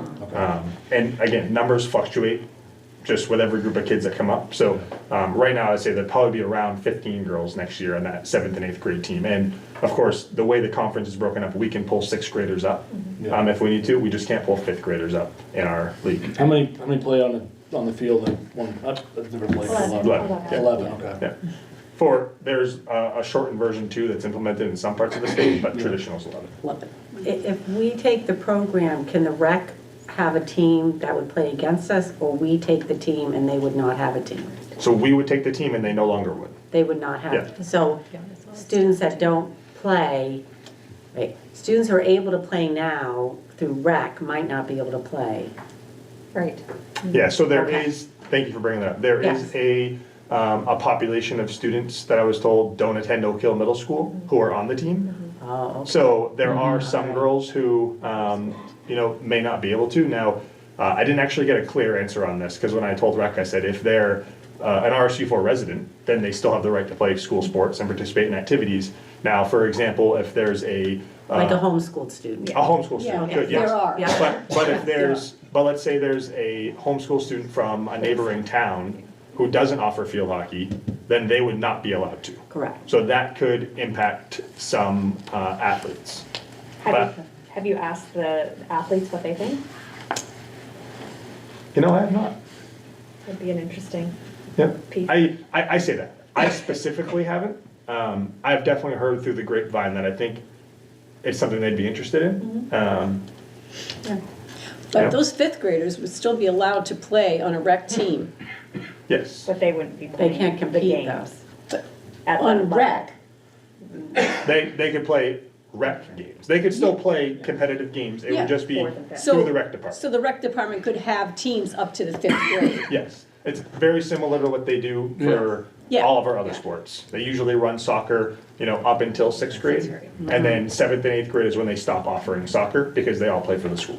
So do we have an equal amount of sports offered to girls as we do to boys? Say again, I'm sorry? Do we have an equal amount of sports at the middle school level offered to girls and boys? Currently, yes, it would be, this would make it not equal. We would be one extra girl sport. Yeah, because we don't have like a football team in the fall for the middle school.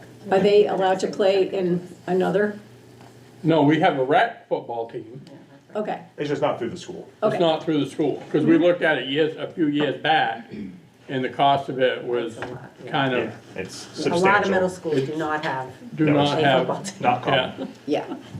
What about a co-op with other local schools that, For field hockey? yeah, We could look into that. I just think we have too many numbers for that. okay, Yeah. Because we have enough to field the team already, so that would be a tricky situation. okay.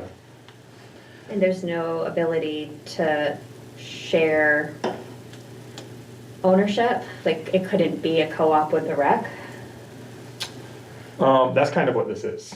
Yeah, because Just because they're giving us their uniforms, the goals that they're using are actually rec owned. Okay. But they're gonna allow us to use them for middle school games. And the same thing with the goalie equipment. The goalie equipment, they already purchased through the rec department, but it's with, the sizing of it is for a young athlete of that stature. So they'd be donating that to the school for us to kind of use. And we also talked about lining, right? Because lining can be difficult at times with staff, especially beginning of the year. It's really tough in the fall.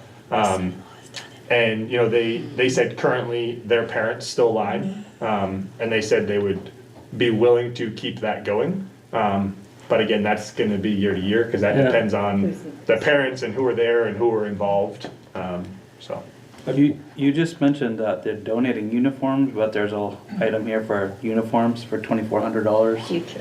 Yeah, so those were the future expenditures. future. So those were, I forecast that within the next 2 to 4 years. I see, that would that be- need new ones. Yeah, so the next year impact would be the 6,666.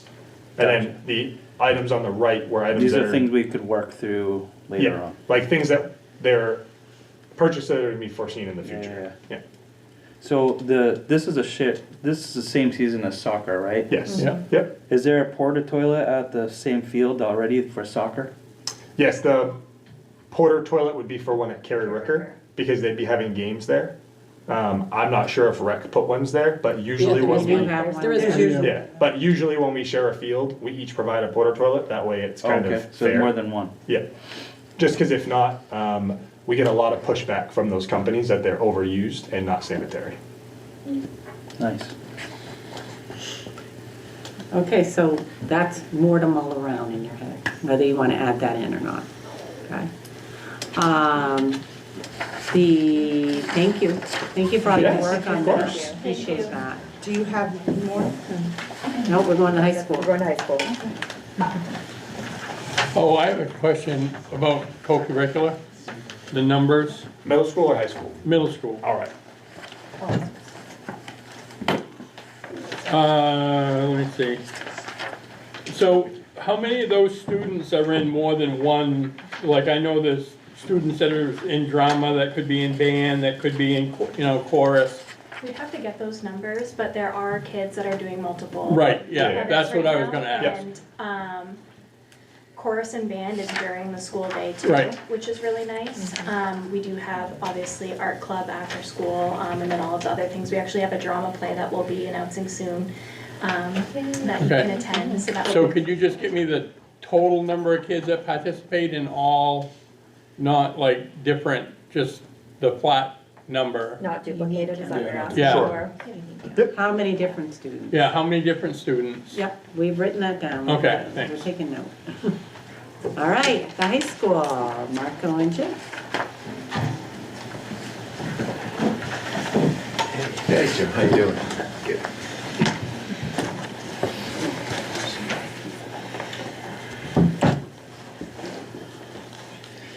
It's a low rider here. Good evening. I think Marco's going to talk a little bit about co-curricular, and then I'll talk about extracurricular. Hi everybody, hope everybody's doing well. jump right into it here. Co-curricular activities. So here are our breakdown of co-curricular activities at the high school that are being offered and participated in at this point in time. There are years that we are not offering, or because of interest more than anything else, we don't have those clubs and organizations up and running. But these are ones that are pretty consistent that we've had, I mean, for my time that I've been in the high school, and essentially these are your participation rates, and you can see, you know, obviously some of our larger ones there. Just a note about drama. Drama is like 3 seasons, if you will. You have a musical, you have a play, and then you have a one act. So that's combined numbers for those 3 activities, or those 3 performances, if you will. So, you know, I'm happy to answer any questions you might have about co-curricular activities at the high school, but it's pretty straightforward. These are our participation numbers in each of the clubs that we have. You want a similar thing of how many? Yeah, students? please, how many total students you have participate? Sure, go for it, Any of Teresa. these after school only? Like yearbook is an extra class? Yeah, no, some of them are after school only. I would say most of these are. Like, for instance, rock band is a class, but their performances and practices sometimes happen after school. Drama happens after school. Is there a class though of drama? There's a theater course Okay, that's not necessarily tied to that. You know, it is, I would say, like a exploratory potential feeder for those kids that are interested in, you know, being in drama itself. But it isn't necessarily directly tied to it, where they're practicing or doing things for the performances that are being done by the drama club. Yearbook is not a class, it's an after-school activity. Academic decathlon is a class, and what? Just won the state championship. Oh, yes, and they, thank you for that, Sharon. Yes, they did win the state championship over the weekend, which is pretty fantastic. I'm sure they'll be back at some point to talk about national trip, and I think we talked about that. It was in beautiful Des Moines, Iowa. Yeah. I mean, I know nothing about Des Moines. It's probably a wonderful place. It's actually a pretty cool place. Right, see, thank you, right? Go ahead. All right. Let's see, OHLA is primarily after school, civil rights is after school. So I would say for the most part, they're after school activities. Okay. So I think this is a question for both the co-curriculars. The stipend thing came up a lot last year during budget season. So one of my questions, are the stipends the same no matter how many kids are engaged? Or is that part of the formula? Yeah, it's part of the formula. There's a formula for different Yeah. tiers. Okay. So it depends where it falls on the tier, which is outlined in the contract. professional contract, Gotcha. yes. Okay, thank you.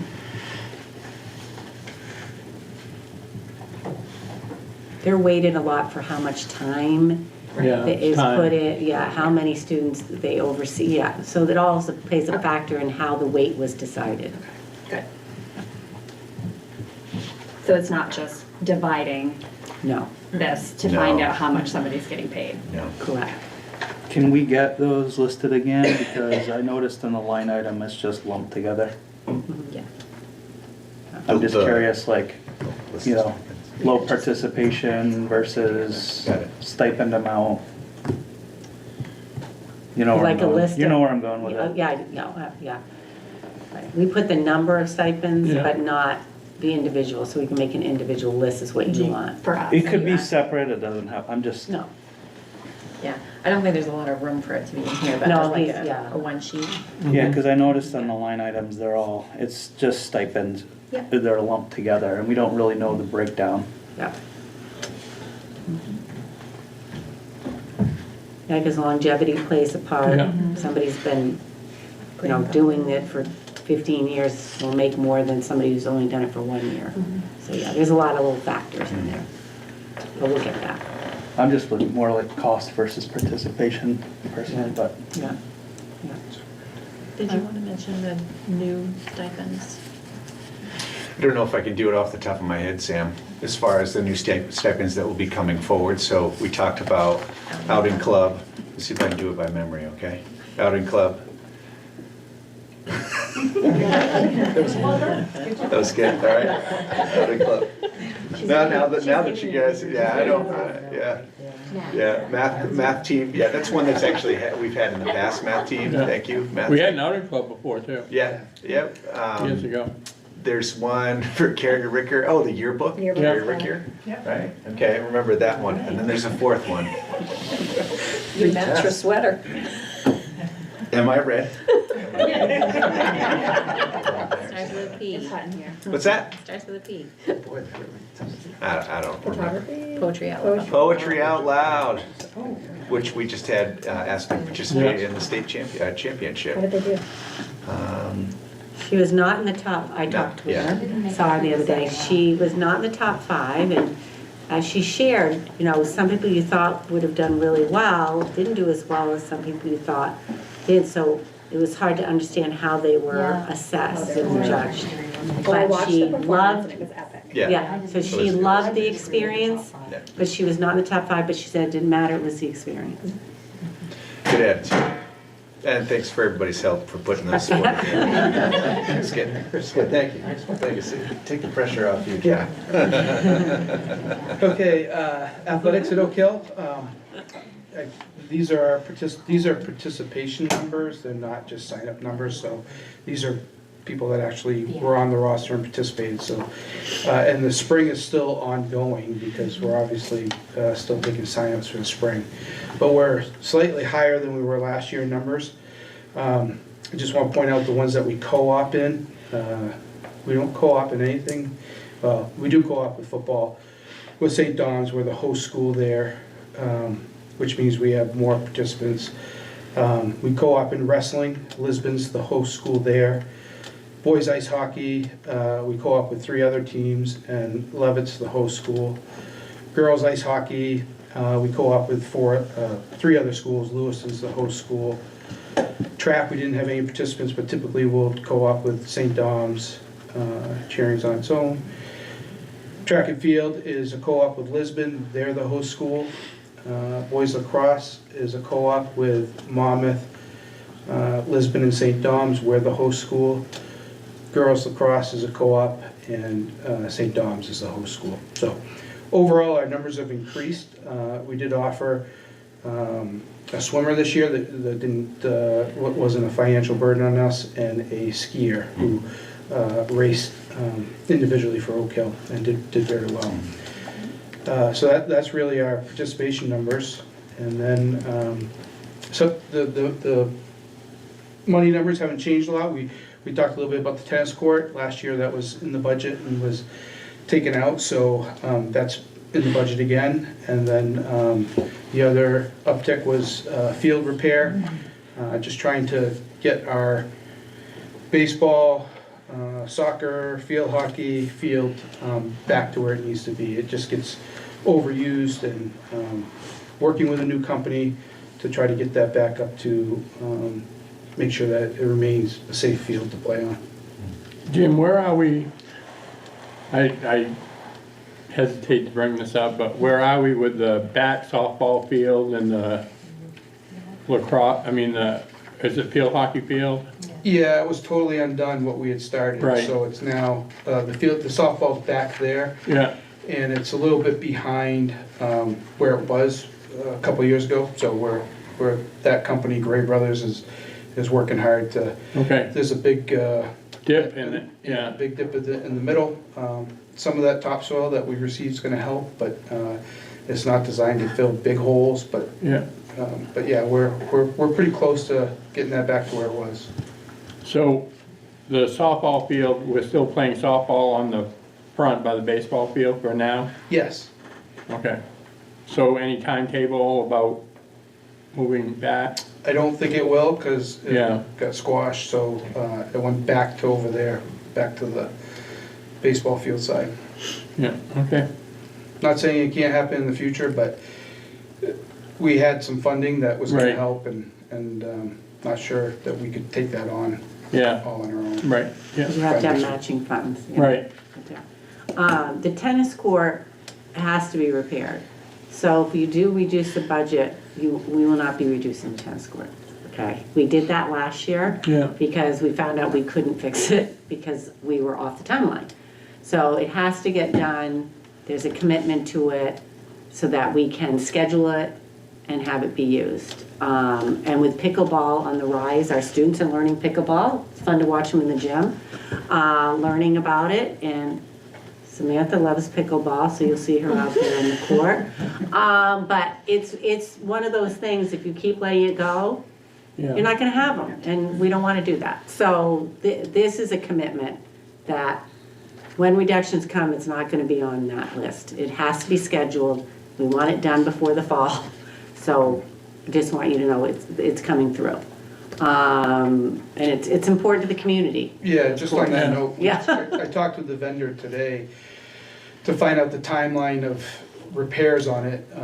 When I was part of the 21st CCLC, we Yeah. built that, and so that was the first year that they came out, obviously, it was 1999, and then hadn't had anything done to it until 2012. Yeah. And then 2018, Band-Aids were put on it, the cracks are getting wider. The fear is that if we go too far, you're gonna be talking about replacing the whole. So are we resurfacing it? So they will, Basically? it's a hybrid type thing. Right, It's yeah. not just filling cracks, but it's gonna be, they come in and pressure wash the whole thing to clean it, fill the cracks with concrete, repaint the whole surface, and then clean the surface again, and. So it does- I know there's, now they have different surfaces. Are we looking at any hybrid surface that we could use that might last longer, or is No. it just gonna be kind of replace what we have? I think if you got in, and I don't know this for sure, but I can check, if you got into a hybrid surface, you probably would have to start back to Right, base. right, that yeah. would be- We'd have to get rid of Dig the whole up. thing up and then Yeah. yeah. I'm just wondering if it would be, I know that it's pay me now, pay me later, but my point being is, would it last longer if we went that route?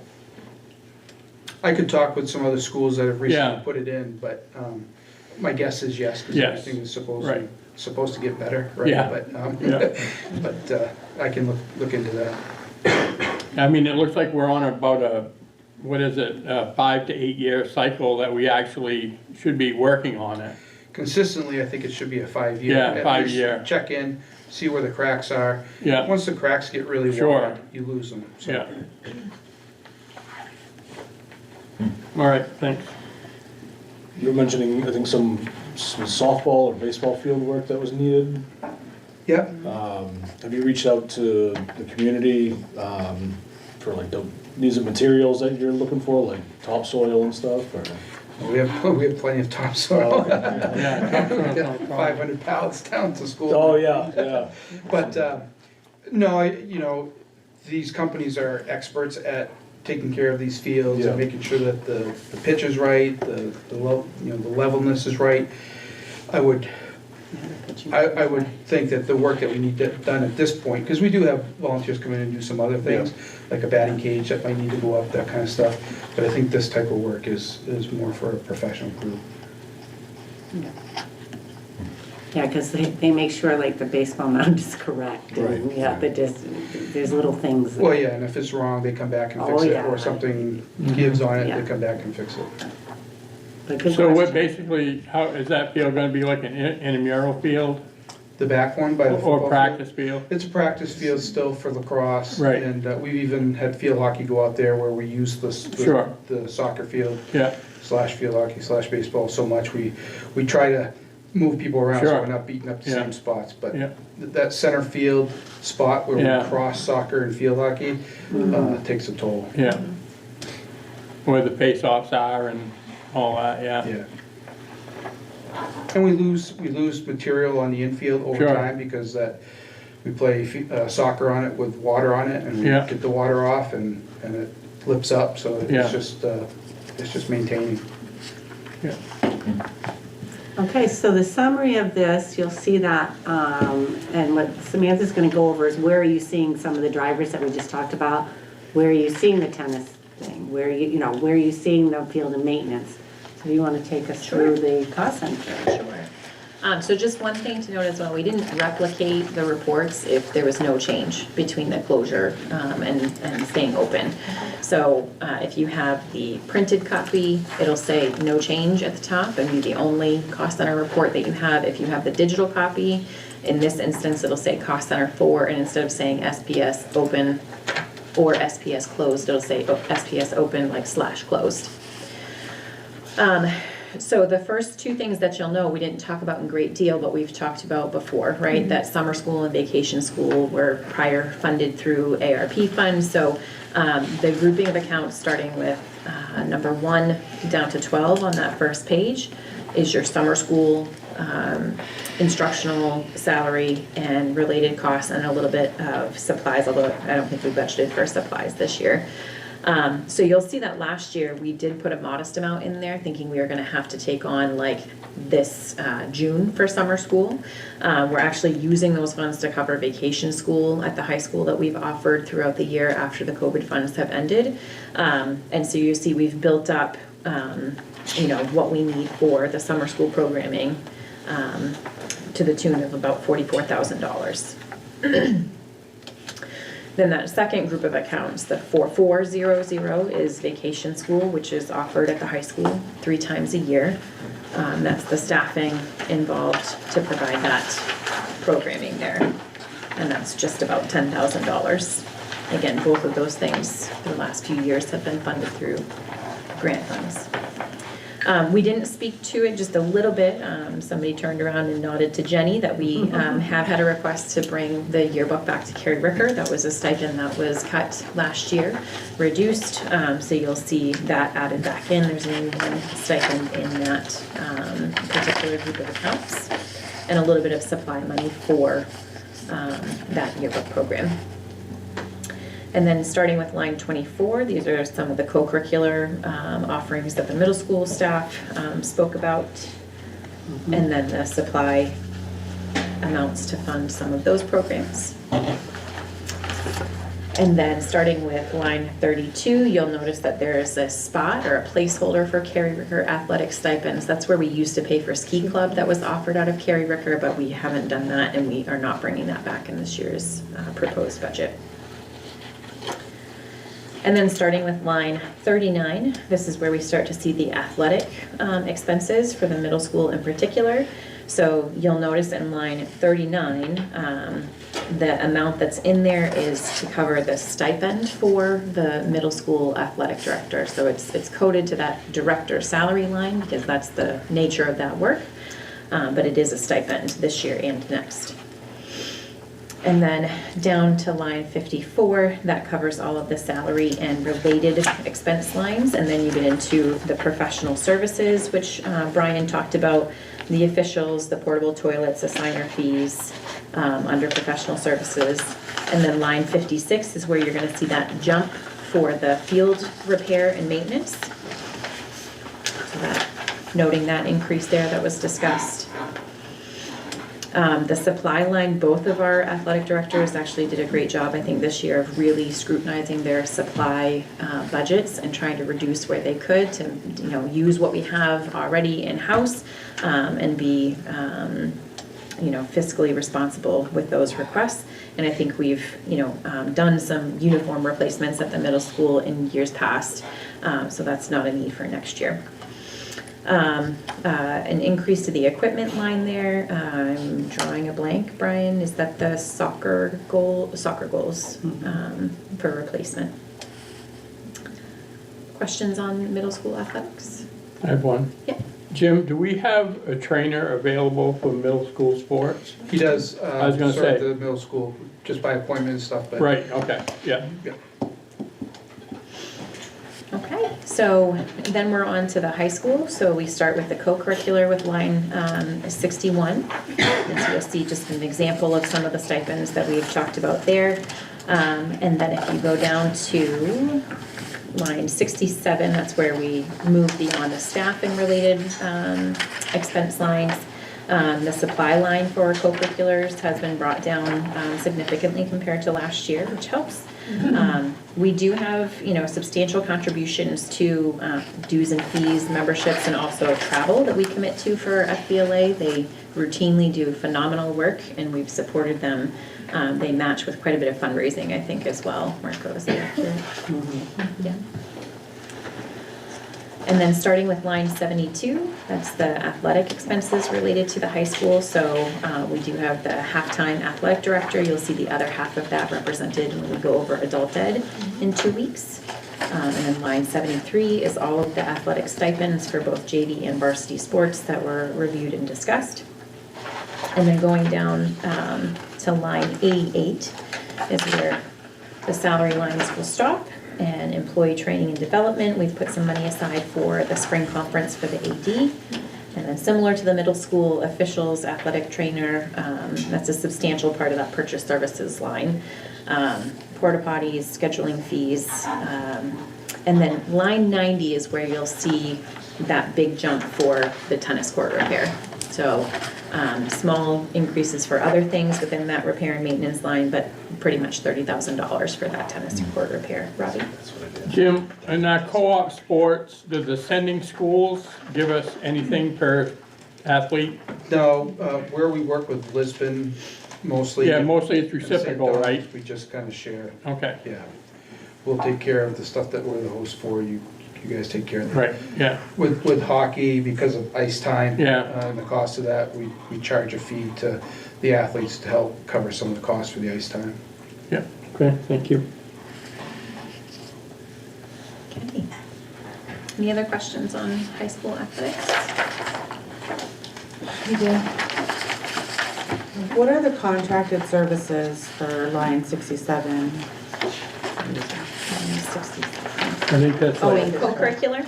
Yeah. So an example of that would be like when we put on the musicals, we hire folks to do the pit band. So if you went to Cinderella, the band that was down in the corner there, that's a contracted service that we pay. I think we also contracted for some painting services for the sets, things of that nature. So little services like that for those programs that add up.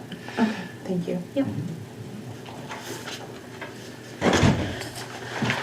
And then the last section of this report, lines 96 through 103, are just old defunct lines that were used in years past and aren't up to par with the DOE code of accounts any longer. All right, so it's break time. So grab a snack. We got a lot of snacks. What you need to do, and then we zoom in about 5 minutes. Take 5. Take 5. I was gonna bring that up. We will get started in exactly 5. That's terrible. Because, So run.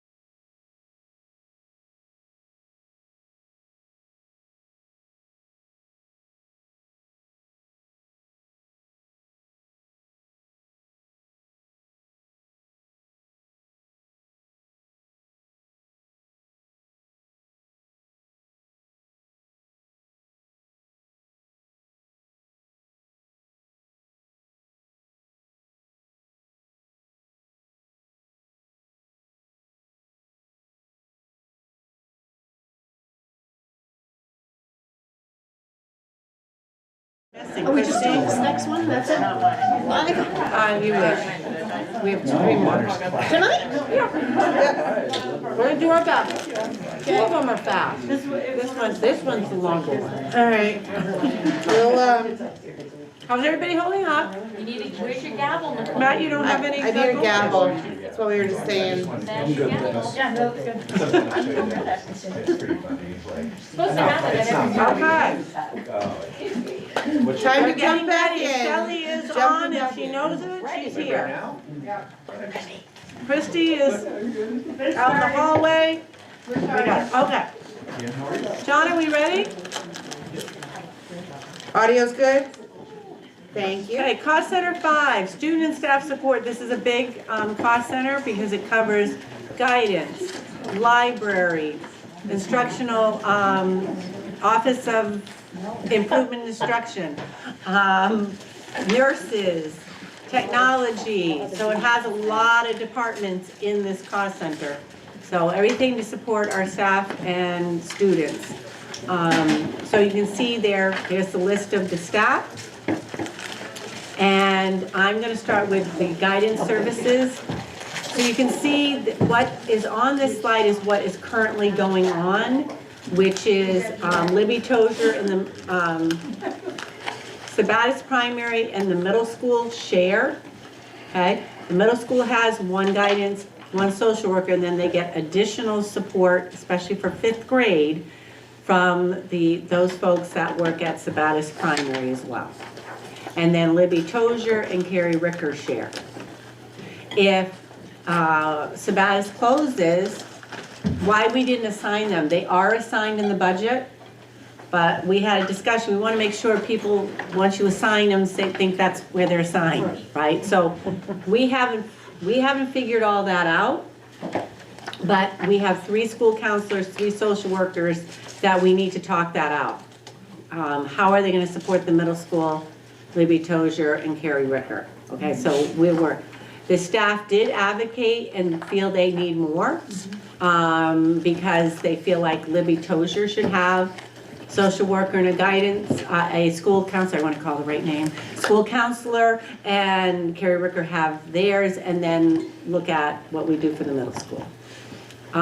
We made the decision, we talked a lot about it at the administrative team, where the needs are. Remember that we are putting a dean at Carrie Ricker. So we believe a lot of support will come through that dean position that will help support those folks that have to be spread out more. What is a dean going to take on that might support the guidance and social worker needs? So that really covers the guidance services. Just so you know, when we do the open or closed, we've taken the same staff, we just reallocated it. Okay? There isn't a reduction there. Katie, does pre-K and kindergarten typically have school counselor? Yeah, they have, yes. The counselor, Tony Green, he does go between the 2. So when there's a need, he works with those students when he goes to that school. He's not in classrooms? He does classes. Pre-K too? He does not do pre-K, he does kindergarten. Okay. Yeah. Casey does pre-K, the social worker. Yeah, social worker does both, but Okay. Tony, because of his schedule. Gotcha. Certification. Oh. Because of other factors. Okay. K-12 certificate, right, that's what I'm asking. Yeah. Like, how does pre-K get their certificate? But I'm sure if there was a Gotcha. student, he'd Yeah. probably support it. Okay. So health services is an area that Shelley works on, and so she's going to jump in on health services. Right, so we're gonna start with positions. And right now, we have a nurse at Libby Tozier, Sabattis Primary, the middle school and the high school. And our position at Carrie Ricker is a health aide. With the closure, if SPS closes, that position is the one that would go away. So we would end up with a nurse in each building. So the nurse from Sabattis Primary would go over to Carrie Ricker, and that's where we would be. So you will see a difference in staffing in the SPS closed version of health services. So a couple things about the budget. So this is, I oversee the nurses, one of the groups of people I help manage. And so the nurses work together to identify needs by building, but then also there are some district-wide things. And so there were a couple places where we had some decreases in the budget this year, and one was in repairs and maintenance. Really, the maintenance money goes to maintaining the audiometers, which are used for hearing testing. And those are located in each building, and I believe that the budget that I have right now for this year may have been designed for them all to be maintained in the same year.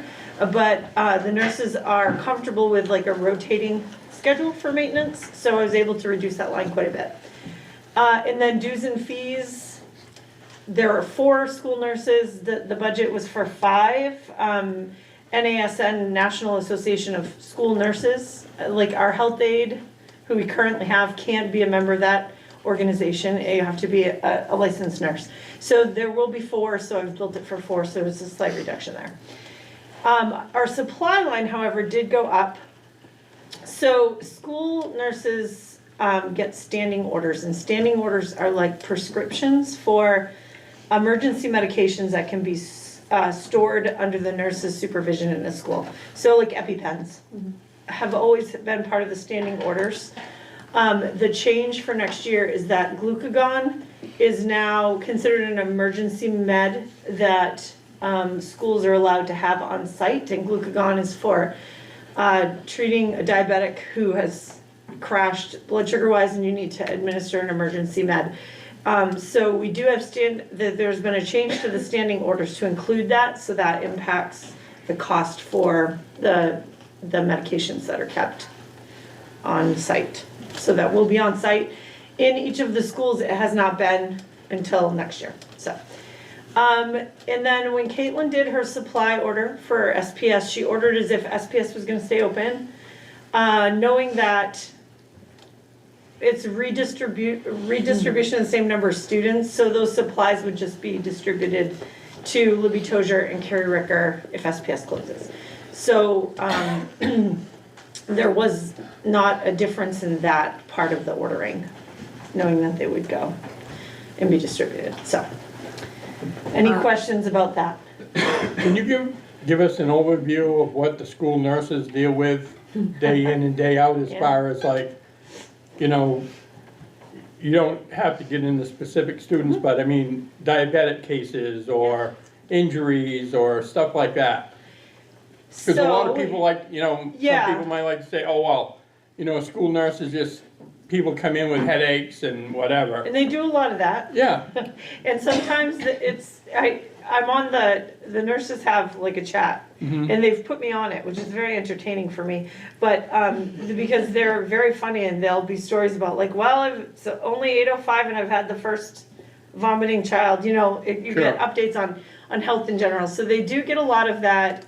Students coming in and out for a variety of things, sledding, you know, in winter and ice and things like that. And so they're giving out ice. But all of our schools do have diabetic students. Yeah. And some of them, you know, are more fragile than others and require a lot of monitoring and support during the day.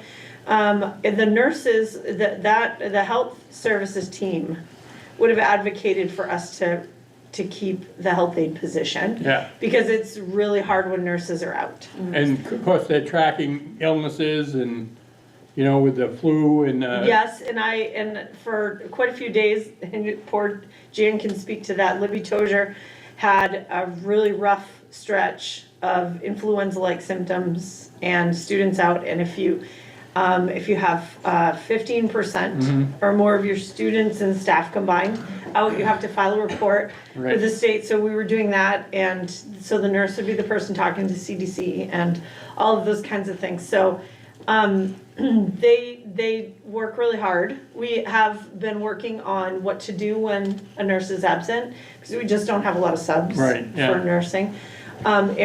And there have been times that we'll have somebody designated, so like Anthony, who's at Carrie Ricker, because Carrie Ricker and Libby Tozier are so close, when one of the people is out, they can help sort of monitor from afar, because our diabetic students generally have, you can monitor their blood sugar.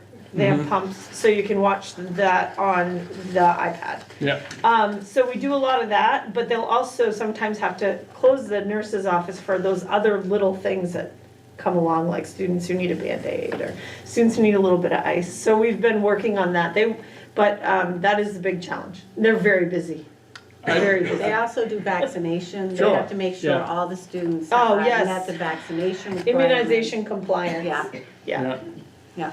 So they have to do that with all incoming students. Would there be any way that you could possibly use like the community fire departments for a quick sub? You know, a lot of them are, they're paramedics or. Well, that's what Anthony is. Anthony's an EMT. It's hard to get somebody to come in, step in, not know the students, Right, and be yeah, there for that's the whole the- day. right. We would obviously use them in an emergency Sure. situation if the nursing staff wasn't there. But the nurses have been great. They work so hard to be here Yeah. every day, and they know that it's hard when they're out. So Yep, all right. we thank you. continue to work on it. They're a great group. So Thank you. any other questions? Oh, any other questions? Library services, not a big changes here. We have an Ed Tech 3 that is covering 3 schools, like our art, music, and PE. So this is just, obviously with the consolidation, that person has to only cover 2 libraries. The administrators, we really looked at what is the needs for books in the library, and so we did reduce that. Samantha will show you every line for books and periodics went down, because really looking at, do we just do the same thing? Well, here's your money, and so they're making sure that they use their funds this year that have been allocated to them. And then we know with the possible closing, we'll have all of Sabatis books to bring over and decide which school. So you'll see reductions in those lines for library, but there won't be a big change in libraries regarding closing or not closing. Really, you see an increase in the salary and the benefits. So improvement of instruction. Right, this is the other big part of my budget. So what I did for you is to create this table just so you could get a sense as to what curriculum materials are in use in different grade spans for the 4 core content areas. Any of the items that you see up there in blue are items that have a cost in my proposed budget. So some things you buy for curriculum materials, you make the purchase and they get used until you have to replace them. And other things have yearly costs. And so one of the things that I had to do when I built this budget was to look really carefully at what we had in use that had yearly costs, because some of it had been covered in ARP and COVID money. So I had to look to make sure that I was building into my own budget everything that we were continuing with that had a yearly cost. So if you go to the next slide, you'll see I took all of the things that are in blue and I've put them here for you. So really great reading, bridge to writing, and being a writer, those were all brought in with ARP and ESSER funds. Really great reading is the yearly cost for that is for teacher and student access. And we use that for our phonics work. It's been a really great addition to the literacy curriculum in elementary, and teachers love it a lot, and it's used daily. Bridge to writing and being a writer. Bridge to writing is the K-2 writing program. In use, being a writer is grades 3 and 4. And so really it's mostly student workbooks. Those like what we call in the curriculum world consumables, because they get used up each year. I will say that I met with my literacy coaches and we went through the current inventory. Like they made sure they knew how many student workbooks we have left over, so that we could order specifically not just the same number we ordered last year, but what we need. With really great reading, we went through and have made some changes to places where it was brought in for middle school, it's not used there very much. So we are changing the access for next year and saving a little bit of money on that contract, just based on use. So we did review that. Mystery Science is, there was a request from Carrie Ricker to look at Mystery Science. So I have built a school-wide license into my budget. And Mystery Science really provides teachers with resources to have their students engage in like scientific inquiry. As you know, probably, it's challenging sometimes to find the time to do science and social studies in elementary because there's such a focus on literacy and math, and the teachers really want to incorporate more science. As a former science teacher, I love that idea. So we are bringing that in for Carrie Ricker, so that will be access for grades 2, 3, and 4. Open Up Math, which is the math program in use at the middle school grades 6 through 8. There's student workbooks. And so again, what I did is I asked all of the middle school math teachers to do an inventory of what they have left for workbooks so that I am only ordering what they need, not doing it based on the number of students that they'll have next year. So, and Elevate Science, which is in use for middle school science, grades 5 through 8. Again, there's some student workbooks, and that's actually, I should have said student workbooks and digital access. It's like a combo. And I think the Elevate Science program was brought in, not all in the same year for the middle school. And sometimes when you purchase materials like this, you prepay for multiple years. So right now the challenge for me is that they have different expirations. And so my plan is to continue, not to do a reevaluation and selection of curriculum materials until the furthest expiring contract, right?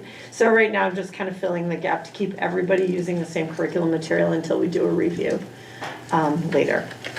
So those essentially are the things that impacted my budget bottom line because of the things that were in ARB and ESSER. Do you have questions about this slide? Yeah, would there be any advantage to like getting our staff together and coming up with a homegrown projects in science and math and stuff like that? Yes, it's interesting that you say that, right? So I believe that in elementary, that is one of the best approaches for science and social studies. Sure. I believe that because of the research behind reading and math, it's always wiser to go with a curriculum program in terms of the richness of the resource and what it provides for just research-based practices. When I was in Auburn, we did a lot of work to build out science units for elementary, ones that were really literacy rich and inquiry based, again, probably because of my background science. So that is my plan. It's just that what's happened in elementary is that they were doing science units that were based on Freckle, which is a program that they've had, and Freckle's going away. And so to design all of those units like in time for the start of next year just is not something that is going to happen. So Mystery Science gives us a nice framework to start from, and I can pull together materials for them to do the activities that are in the Mystery Science curriculum, and next year I'll be working on those units. So yes. Well, I love homegrown stuff. I just feel like some content areas, there's too much research-based practice in programs that you just can't replicate that. Right. And you're better off to purchase them. So. Yeah, okay. Well, I just know that in the past, and I've heard Diane say this, you know we got a 5th grade that is starting their own businesses, which I think is great. You know, they're selling hot chocolate, they're selling wristbands, they're selling bookmarks, and they're learning math, they're learning about supply lines, they're learning, you know what I mean? So it's more homegrown, and I think that's, you can combine science, math, you know, and all that. Yep. Yeah. So the primary work that needs to be done in elementary now is in science and social studies. Yeah. So, and that you'd find that any district you went to. Right. It's sort of like the neglected child unless you put in effort to really Right. make it something. I was in a first grade and I saw them using being a writer. Yeah. It is So great. phenomenal. It's one of the best things I've seen. Yeah. I- Yeah, Bridge to Writing. Oh, is it the Bridge to elementary one, Writing? is the primary one, and Being a Writer is the third and fourth grade.